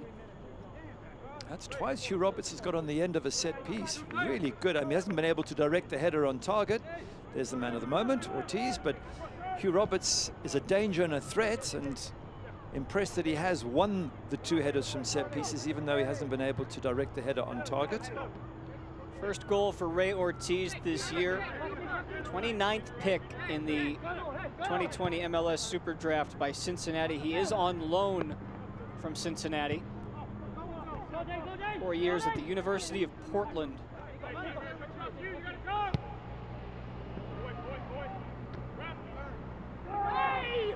Eto with his head up. Now Martinez. Tell he was looking for Kelly.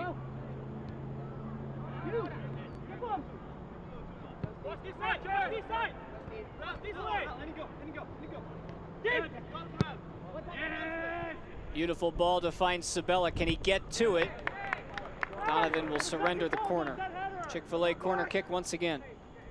That's a good run from Sabella. He's got fresh legs, bombing down that left-hand side. Only 20 years of age and made his name playing for the Florida Soccer Soldiers last year when they had that incredible run in the Open Cup.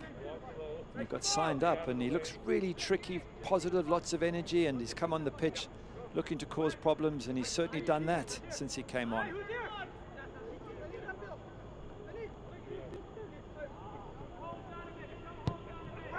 Sent in.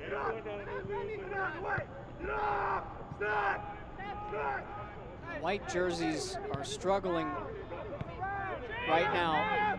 Charlotte look to be on the prowl. Martinez over everybody.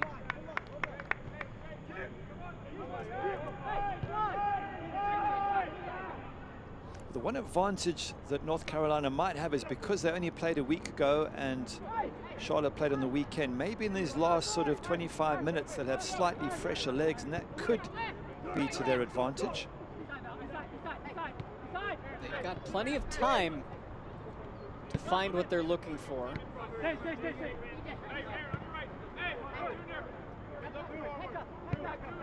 But when North Carolina has the ball about here, pay close attention to the blue jerseys.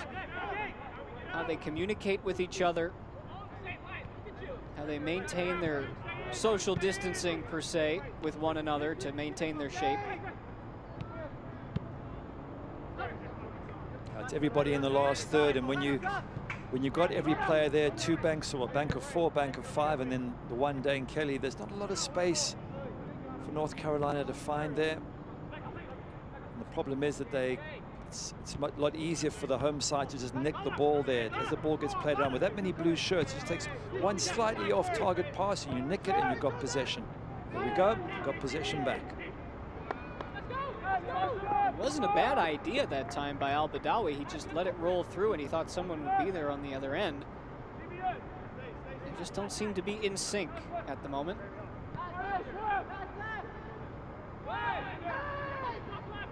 Things were looking so good for North Carolina 3 games ago. They had a couple of wins back to back.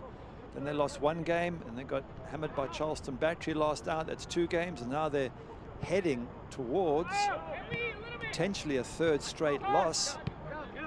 And that'll have them 5 points behind Charlotte, and with a lot of work to do. And you're quite right, there still are plenty of games to come. You just don't want to end up too far behind, because psychologically it means you're stressed. Every game you play, you realize that you've got to get points, and that only adds to the pressure.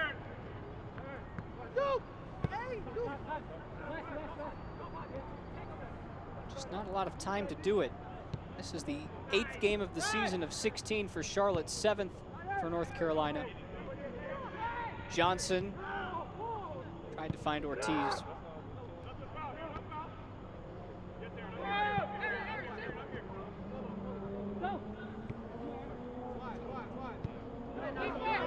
Independence fans, if you're looking for a place for your kids to play soccer, the Charlotte Independence Soccer Club has entry-level rec programs all the way to nationally competitive programs. Visit independencesoccer.club for all of the information. Into the box it goes. Tambakis has to punch it, and it falls to him kindly in the end. It's the first bit of criticism on him, is that he's come for a punch and knocked it down into the danger area. He's been so solid in the air. Don't know if he got pushed as he was punching. He's gritting his teeth as if he took a bit of a knock, but that's the first time I've seen Tambakis not deal with a cross effectively. You can hear Dave Sarakin saying we've got to work, and that's the message. You can see it looks like North Carolina is the team that played on Sunday right now. Yeah, he's 100% right. And I was just thinking the same thing. You're 1-0 down. You've got to go and put the team in blue under pressure. They're cruising. They've got the 3 points at this stage. You've got to go and take it back off them. Not seeing enough energy from North Carolina as yet. So Ben Spies will come in for Stephen Miller. And our second Smoothie King substitution will be Daniele Proch.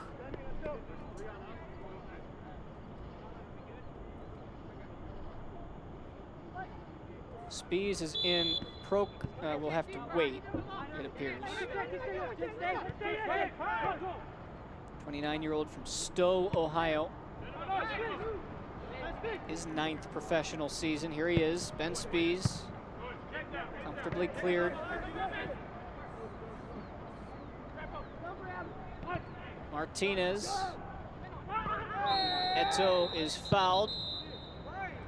Goes to ground, and Pekka is the one who's about to come off, and it looks like he'll take a yellow card with him. Let's have a look at it again as the ball goes loose, turns. It's a late tackle. Ouch. It's a yellow card. I don't think there's too much doubt there. He's not complaining about it. Probably a good thing that he is leaving the pitch if he is to do that. Pekka, whose full name, by the way, is Wellington de Jorge Estanislao Packard. Gary, I'd ask you to repeat that, please. His teammates just go, from now on, you're Pekka. Nicknames, it's a common thing in soccer. It's part of the culture, and also it makes a long name a lot easier to say, of course. And most of the Brazilians go by one name. Yep. Willian. Yeah, Romario, Neymar, you name it. Armin's effort wide.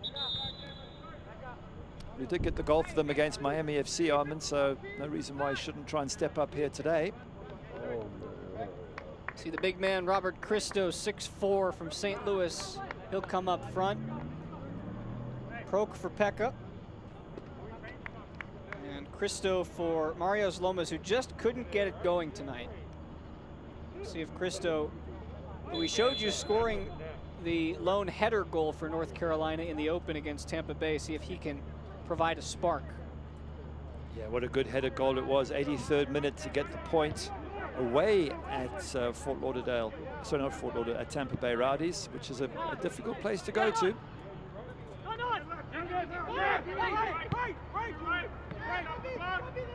So 3 subs coming in the last 5 minutes. Cristo, Spies, and Proch. Gave you the Italian speedster crossword clue earlier, but Proch is actually Italian. Here's Spies. Taylor had Cristo for a moment. Comes back with his left, and there's nobody there. And also the cross wasn't directed, though. It's on one hand, nobody is there. On the other hand, when you're putting a cross in, you've actually got to pick the player out, Robert Cristo. He is 6'5". He should be able to pick him out, and the ball's nowhere near him. Wow, Kelly did everything right, and he gets the break going. It's Ortiz, the goal scorer. Ray Ortiz, wide. Just wide as well. Ortiz, a real threat there, but nice counter-attack play by Charlotte. They're able to pounce on some of those spaces that are now appearing in that North Carolina defense. And he just picks that spot. Yeah, it's okay, it's a yard wide, but it's not a lot. And certainly Tambakis wasn't going to take a chance. He had to dive and cover that one.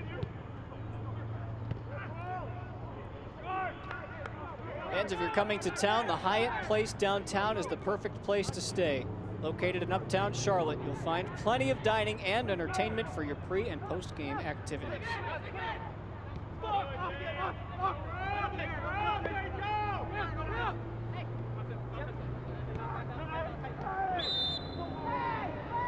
You can see the intensity starting to pick up.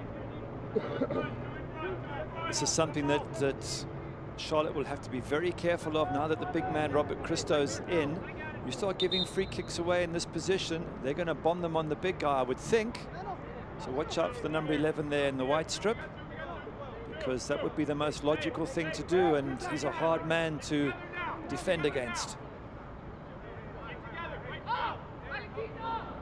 A rare set-piece opportunity for North Carolina.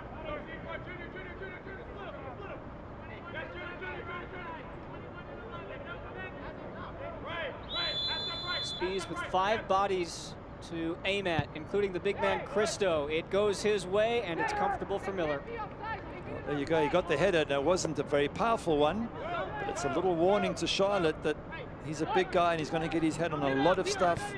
And you don't want to give him stuff. Stuff being free kicks, corners, allowing balls in from out wide.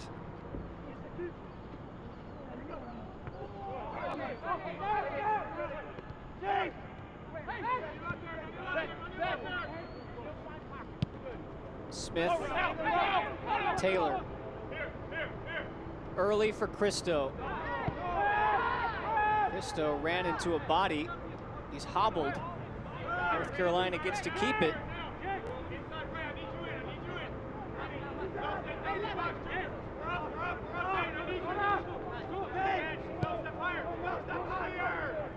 Is there time for North Carolina to come up with something? It certainly is. I mean, 17 minutes they can. And the good thing for North Carolina is they look more positive. Yeah, they're getting stuck in. The energy level, you heard as you picked out Dave Sarachan pushing them. And they look a lot livelier, plus some substitutions have given them fresh legs. So, well, I think there's a lot of battle left in this match. But if Charlotte were to win, as you say, it's the first time, the last 6 matches, they have 5 losses and a draw. This will be the first time that they've beaten them in a derby match, am I right? That's absolutely correct. Exciting times for Charlotte fans. Let's see if they can get a second. Lacroix. Donovan has to slide in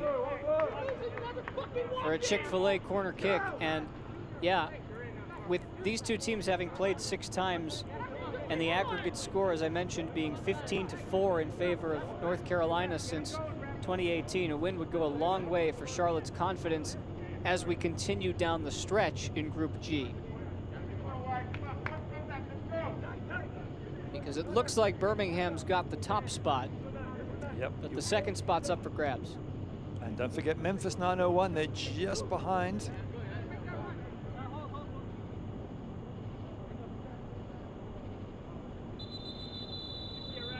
Not the normal pushing and shoving in the box, which goes on nearly every corner these days. Referee does his normal thing of warning. Let's see what happens from here. Kevin Broadley has managed this game well. Armin and Barry locking arms. Now time to send it in. Here by Brotherton. Taylor had it stripped by Kelly, who just couldn't control it. Did the hard work there, Kelly, didn't he? Did the hard work. He wins the ball and then it sort of disappears off the end of his toes. I think he was so busy trying to see whether he should whip it in. But credit to him as a striker. There he is, winning the ball on the edge of the box and trying to create opportunities. That takes us to our second half hydro break. Now the two sides get rehydrated. We can look at the difference in the matchup tonight. It's Ray Ortiz, and it was a beauty. It certainly was. Ball gets whipped in here, takes it and volleys all in one move and sticks it into the corner with power. Lovely little bit of skill. Good ball in, by the way. Inside of the right foot to lift the ball up and place it perfectly for the volley. So it's skill initially in the setting up of the volley, and then a brilliant balance to be able to get that shot on target. These are live Group G standings right now. If this result holds, this is what you're looking at, Group G fans. Charlotte would have a 5-point advantage over North Carolina FC, granted having played one more game. Memphis, they had played 8 heading into this, so they're a little bit behind. But for the most part, it looks like Charlotte, North Carolina are going to have a lot of 6-point duels, as they've been calling it down the stretch, with 3 more games to play. And Birmingham, if Charlotte do go on to win this, if they win their game in hand, only 3 points behind Birmingham Legion. So Birmingham themselves will be looking over their shoulders. But as you say, a long way to go, lots of twists and turns, and this match is certainly not over. North Carolina, since we heard Dave Sarachan shouting, they've raised their levels. The subs have come on with a bit of extra energy, and we've seen them push forward and be a lot more attack-minded. So I would expect to see plenty more of that in the last 15 minutes or so. Charlotte get Birmingham, we know that, 7 o'clock, ESPN Plus, right here on Saturday. At the same time, the other two teams in Group G will battle at Wake Med Soccer Park. North Carolina FC, Memphis 901, where you would think if one of those two teams grabs 3 points, it could very well spell, maybe not the end, but desperate times for the losing side. It could do, but there's a long way to go, and a lot of it is about the 3-pointers, as we see the big man there just having a attempt and not quite connecting properly. In this sort of format, with a limited number of games, you haven't got an entire season to recover. So if you're picking up 3 points, you're moving up that table very quickly. If you're losing or drawing, you're slipping down very quickly. And fans, as the calendar turns to September, the action heats up on ESPN Deportes. RGV FC welcome Copa Tejas rivals and Group G leaders San Antonio FC Friday night for a classic Texas-sized showdown. RGV and San Antonio FC Friday, August 28th, 8 p.m. Eastern on ESPN Deportes. Through ball as Proch gets it in. It's miskicked. And fortunately for Charlotte, finds a blue jersey. Good press here from North Carolina, and they've got turnover ball. Barry tried to squeak through defenders. North Carolina applying the pressure. I'm sure Dave Sarakin used that hydration break as a timeout, really to coach this team up for the final 15. I think likewise Mike Jeffries would have probably said get behind the ball in numbers, which they've done so well. Defend as a group, you know, try and nick the ball off them, and when you get the ball, keep possession, which is the classic defensive play when you're 1-0 up. So again, we're seeing teams follow the playbook here, and we're just going to see how well they can do it. Do North Carolina have the ability to break down what looks like a very well organized Charlotte defense?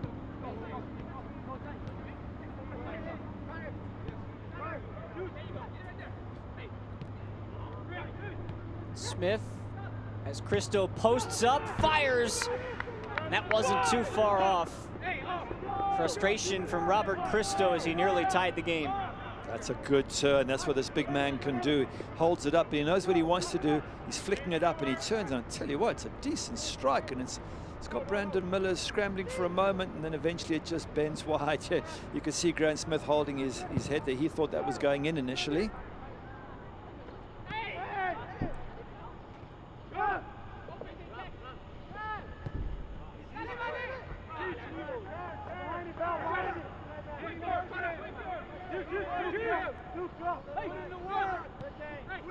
Charlotte focused on their defensive shape. They've got a lead to protect, 10 minutes to protect it.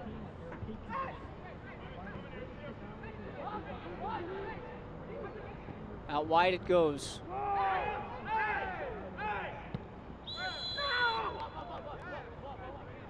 A referee just blowing for the earlier tackle there on Junior Etu.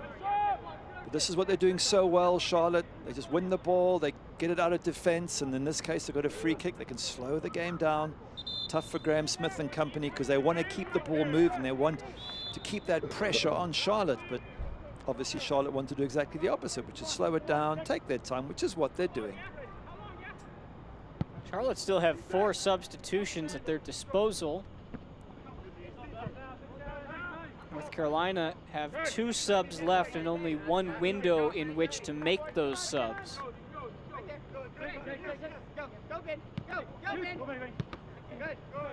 For a team that played on Sunday,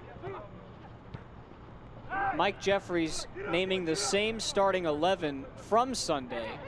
10 of those players have now played an hour and 20 minutes.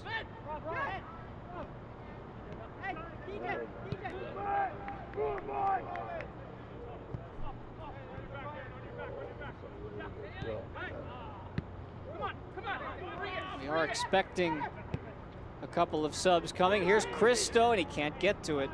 Not the speed merchant that Gary Bailey was alluding to earlier. You like that word, that term.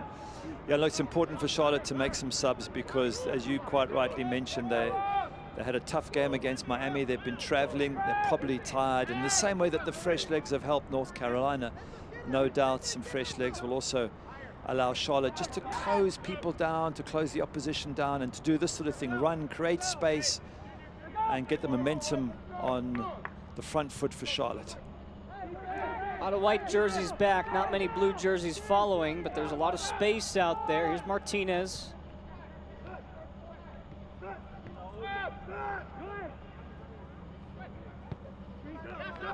With only sort of just under 8 minutes left of regulation time, it's not a lot of time left for North Carolina to get it back into this match. And conversely for Charlotte, if they work really hard, they can just close this match out, run the clock down, and get themselves a fantastic 3 points and their first derby win in the last 7. So we'll see Clay Dimmick and Tresor Mbuyu come in for Charlotte. For Smoothie King substitutions, Dimmick for Ortiz and Mbuyu for the main man, Dane Kelly. So just trying to get some speed and fresh legs up at the top. Ideally, you would think, Gary, to pressure the ball as North Carolina tries to bring it back in.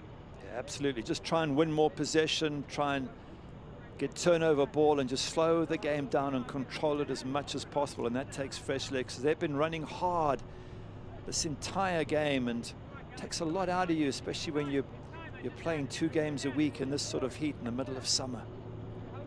No goals for Kelly tonight, so his USL all-time leading goal-scoring tally will have to wait until Saturday, but did have one effort that nearly dropped some jaws. Talking of dropping jaws, Trevor Mboyo had that one overhead kick a couple of games ago that my jaw nearly dropped. It's the hardest overhead kick I've seen. He rattled that crossbar, and it's probably still shaking. It was a match against Memphis in the 32nd minute.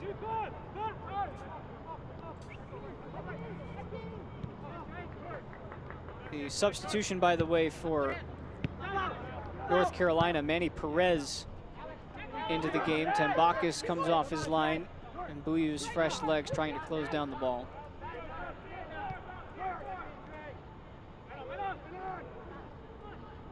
Haven't called Al-Badawi's name too much in this second half.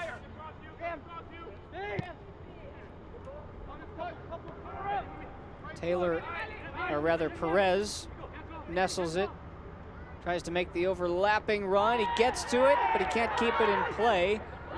North Carolina is just itching for something to go their way tonight. Yeah, they were just appealing there for a penalty. I think 1 or 2 turned to the ref, and he wasn't having any of it. And Manny Perez, he's got pace, he's big and strong. Just couldn't quite see enough to give a penalty there. Is there an arm out from Lacroix? Nah, there was nothing there. But they're still going to appeal. Why not?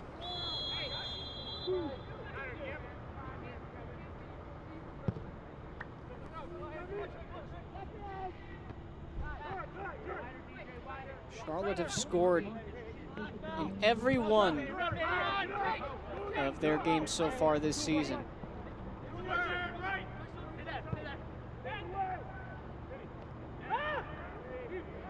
And when it rains, it pours, because Kevin Broadley was right in the way of that ball that forced the turnover, but North Carolina gets it back.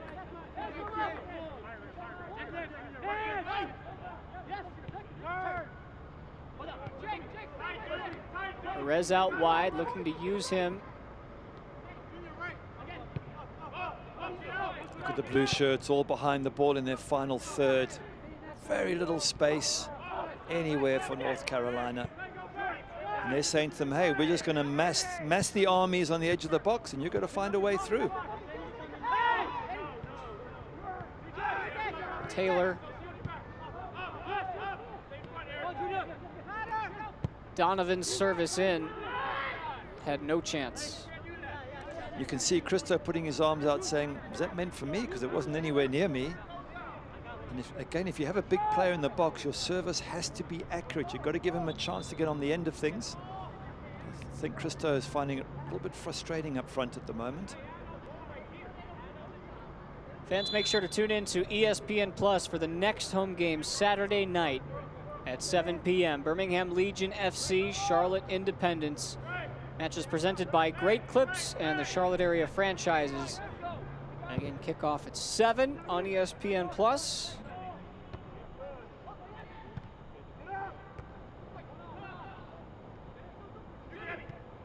One back by North Carolina. Cristo turns. And that is a slow rolling ground ball to shortstop for Brandon Miller. Yeah, the idea is good from Cristo, but in turning, I think he needed to play it out wide and get himself in the box. He hasn't got the pace to run away from defenders, which is what he was trying to do.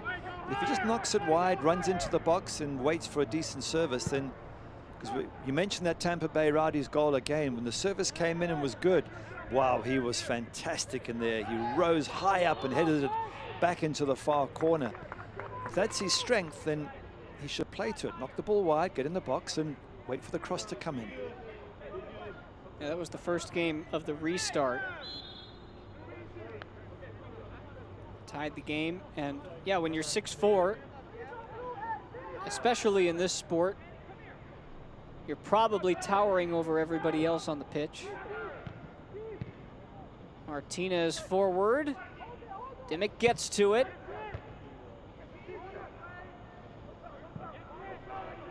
Dimmick is trying to usher it out of play, and he does so pretty well. Good play from Charlotte. They're in the opponent's half. They're working the clock down. They're keeping possession when they get it, taking their time, which they're doing right now. Every little trick in the book. They're just taking the sting out of North Carolina, and they're not able, North Carolina, to do anything about it. They just haven't been able to put together any significant attacks in the last 30 minutes that I can think of.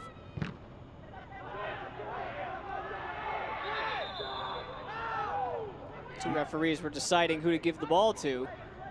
North Carolina does have something go their way this time. I'm just looking at my highlights from the second half. It's a Dane Kelly crossbar. It's a Ray Ortiz goal. It's a Ray Ortiz shot. Cristo's had one shot. So basically in the entire second half, North Carolina have had one effort on goal from Cristo, which didn't cause too many problems. And that's your attacking impetus for an entire half, most of which, or a chunk of which, you've been 1-0 down. It's going to be a concern for Dave Sarachan. He needs more from his team going forward. Is there a way to try to turn this thing around without tearing everything down and trying to build from scratch? Well, there is. It depends on your players. It depends how many strikers you want to play, what style of play. They're very much a possession-based team, but I just don't see much at the end of it.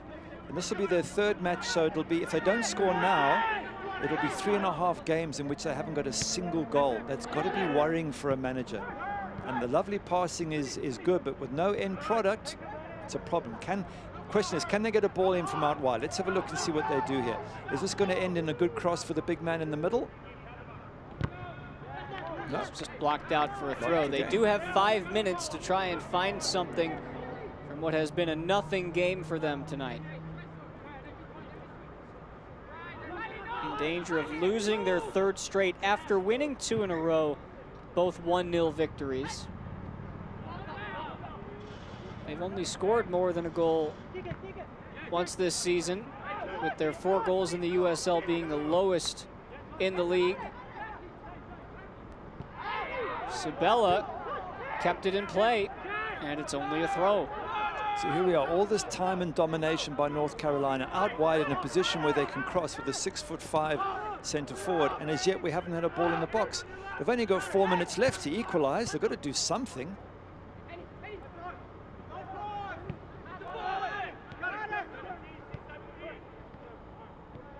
Testing the waters in the middle.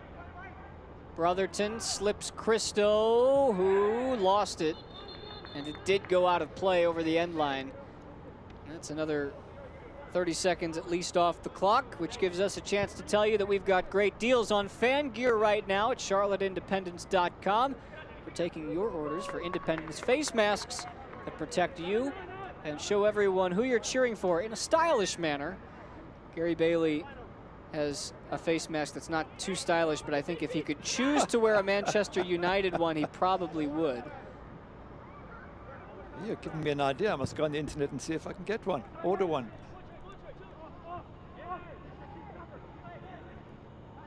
You can't just call up United right now and have them send over a box to you?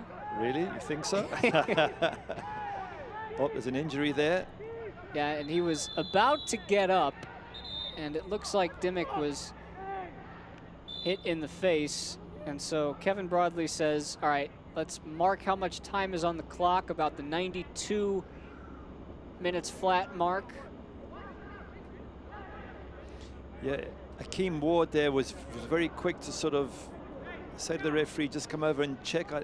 He says he did nothing wrong, and I don't think he did, but there might have been an accidental collision. Let's have a look here, and his boot comes over the top, and ooh, look out! There. Oh. Ooh. All right, well, if Now, there's hang on a second. VAR yeah, in the USL. I'm not so sure that was by mistake when I see that in slow motion. You're right, if there's a VAR, yeah, that's a red card. Newsflash, folks, there is no VAR. And Ward is on a yellow, by the way, already, so he really should be sent off for something like that. That is an egregious foul. And it probably symbolizes more frustration than anything else. But it's naughty. You know, as players, we accept a late tackle and a flailing arm when you're falling, but someone who purposefully kicks out back at your face, that's not good to be doing at all. And I hope Akeem Ward apologizes afterwards. I don't think it's in his nature, maybe just the frustrations, as you say, but it's unacceptable. And with metal spikes on, no less, it's just not an acceptable practice. Have a look, there's the kick, there's the, ooh, and you can't tell me that's not meant. There's no reason to be kicking out backwards at all. Very lucky man that there's no VAR, because if there was VAR, he'd be off. Without question.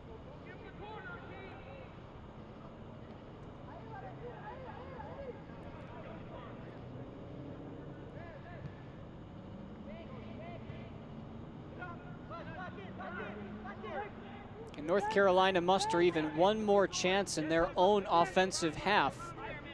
Charlotte is comfortable on the ball right now. Yeah, credit to Charlotte, they've played this down perfectly, wound the clock down, they kept possession, they scored a wonderful goal, and I think ultimately deserved the win, because I've seen nothing from North Carolina, especially in the second half, that suggests that they're worthy of the 3 points, possibly a 0-0 draw, but once they conceded, there wasn't enough coming from them. So concerned for Dave Sarachan, but he's a really clever and good coach, and I'm sure he'll start figuring out the problems. And for Mike Jeffries, congrats if this result remains, because it really is a good result and a derby win. Into the box by Proch, popped up by Roberts. Perez has it dropped. Taylor tried to swing it across. Don't let the clock fool you. There's still a little bit of time left because of the injury to Dimmick. So North Carolina looks like they'll have at least one more rush.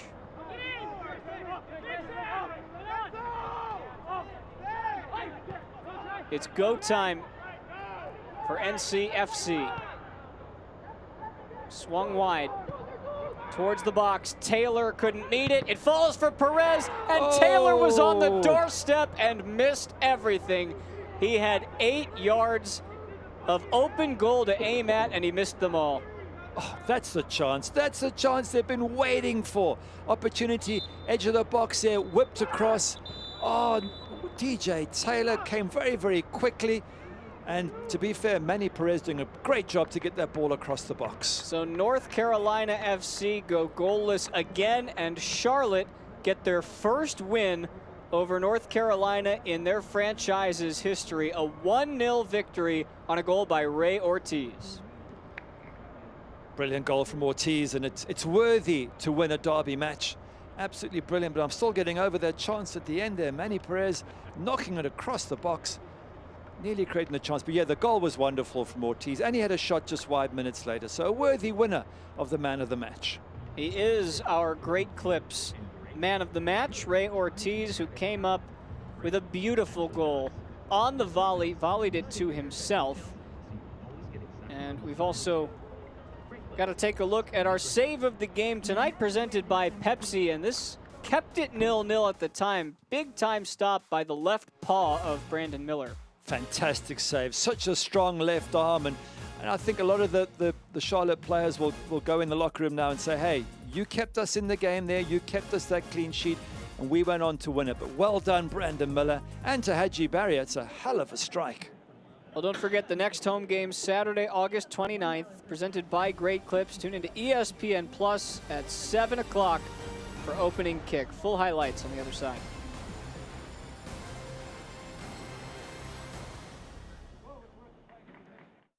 No matter where this summer takes you, you'll save on quality fuel getting there with 2 times the fuel points from Harris Teeter. Right now through September 1st, for every $1 you spend with your Vic card, you get 2 fuel points. Plus, for every qualified prescription or vaccine you get at our pharmacy, you get 100 fuel points. That's 2 times the fuel points. Save up to $1 per gallon on quality fuel at Harris Teeter Fuel Centers or participating BP stations all summer long with Harris Teeter Fuel Points.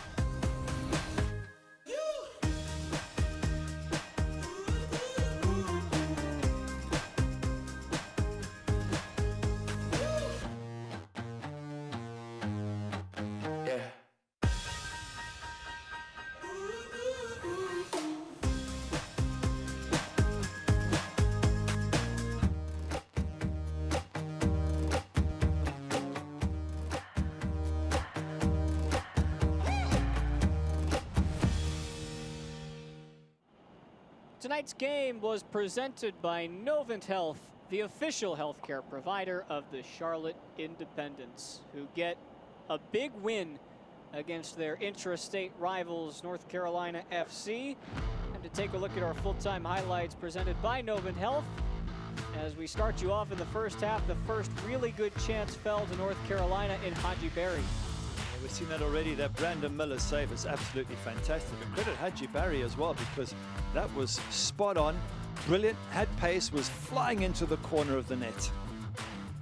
Comfortable height in the end for Miller, who, like you said, did have to make the big save.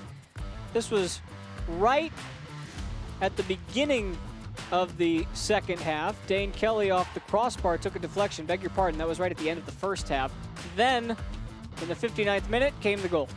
Yeah, great. The first touch to just set it up from Ray Ortiz is absolutely brilliant. Have a look. Sets it up and then volleys it into the corner with pace. Brilliant finish.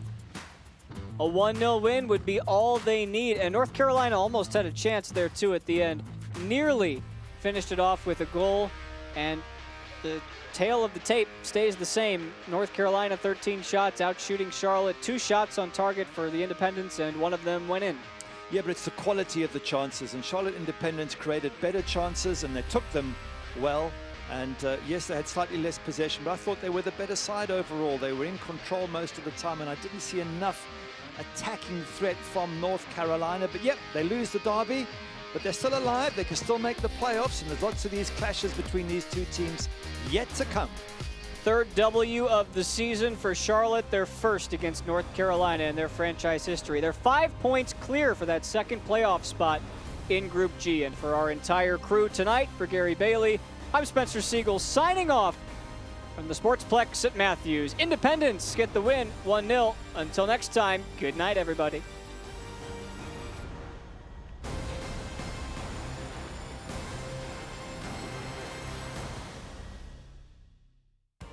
This copyrighted telecast of the United Soccer League Championship cannot be retransmitted, rebroadcast, or reproduced without the expressed written consent of the United Soccer League Championship.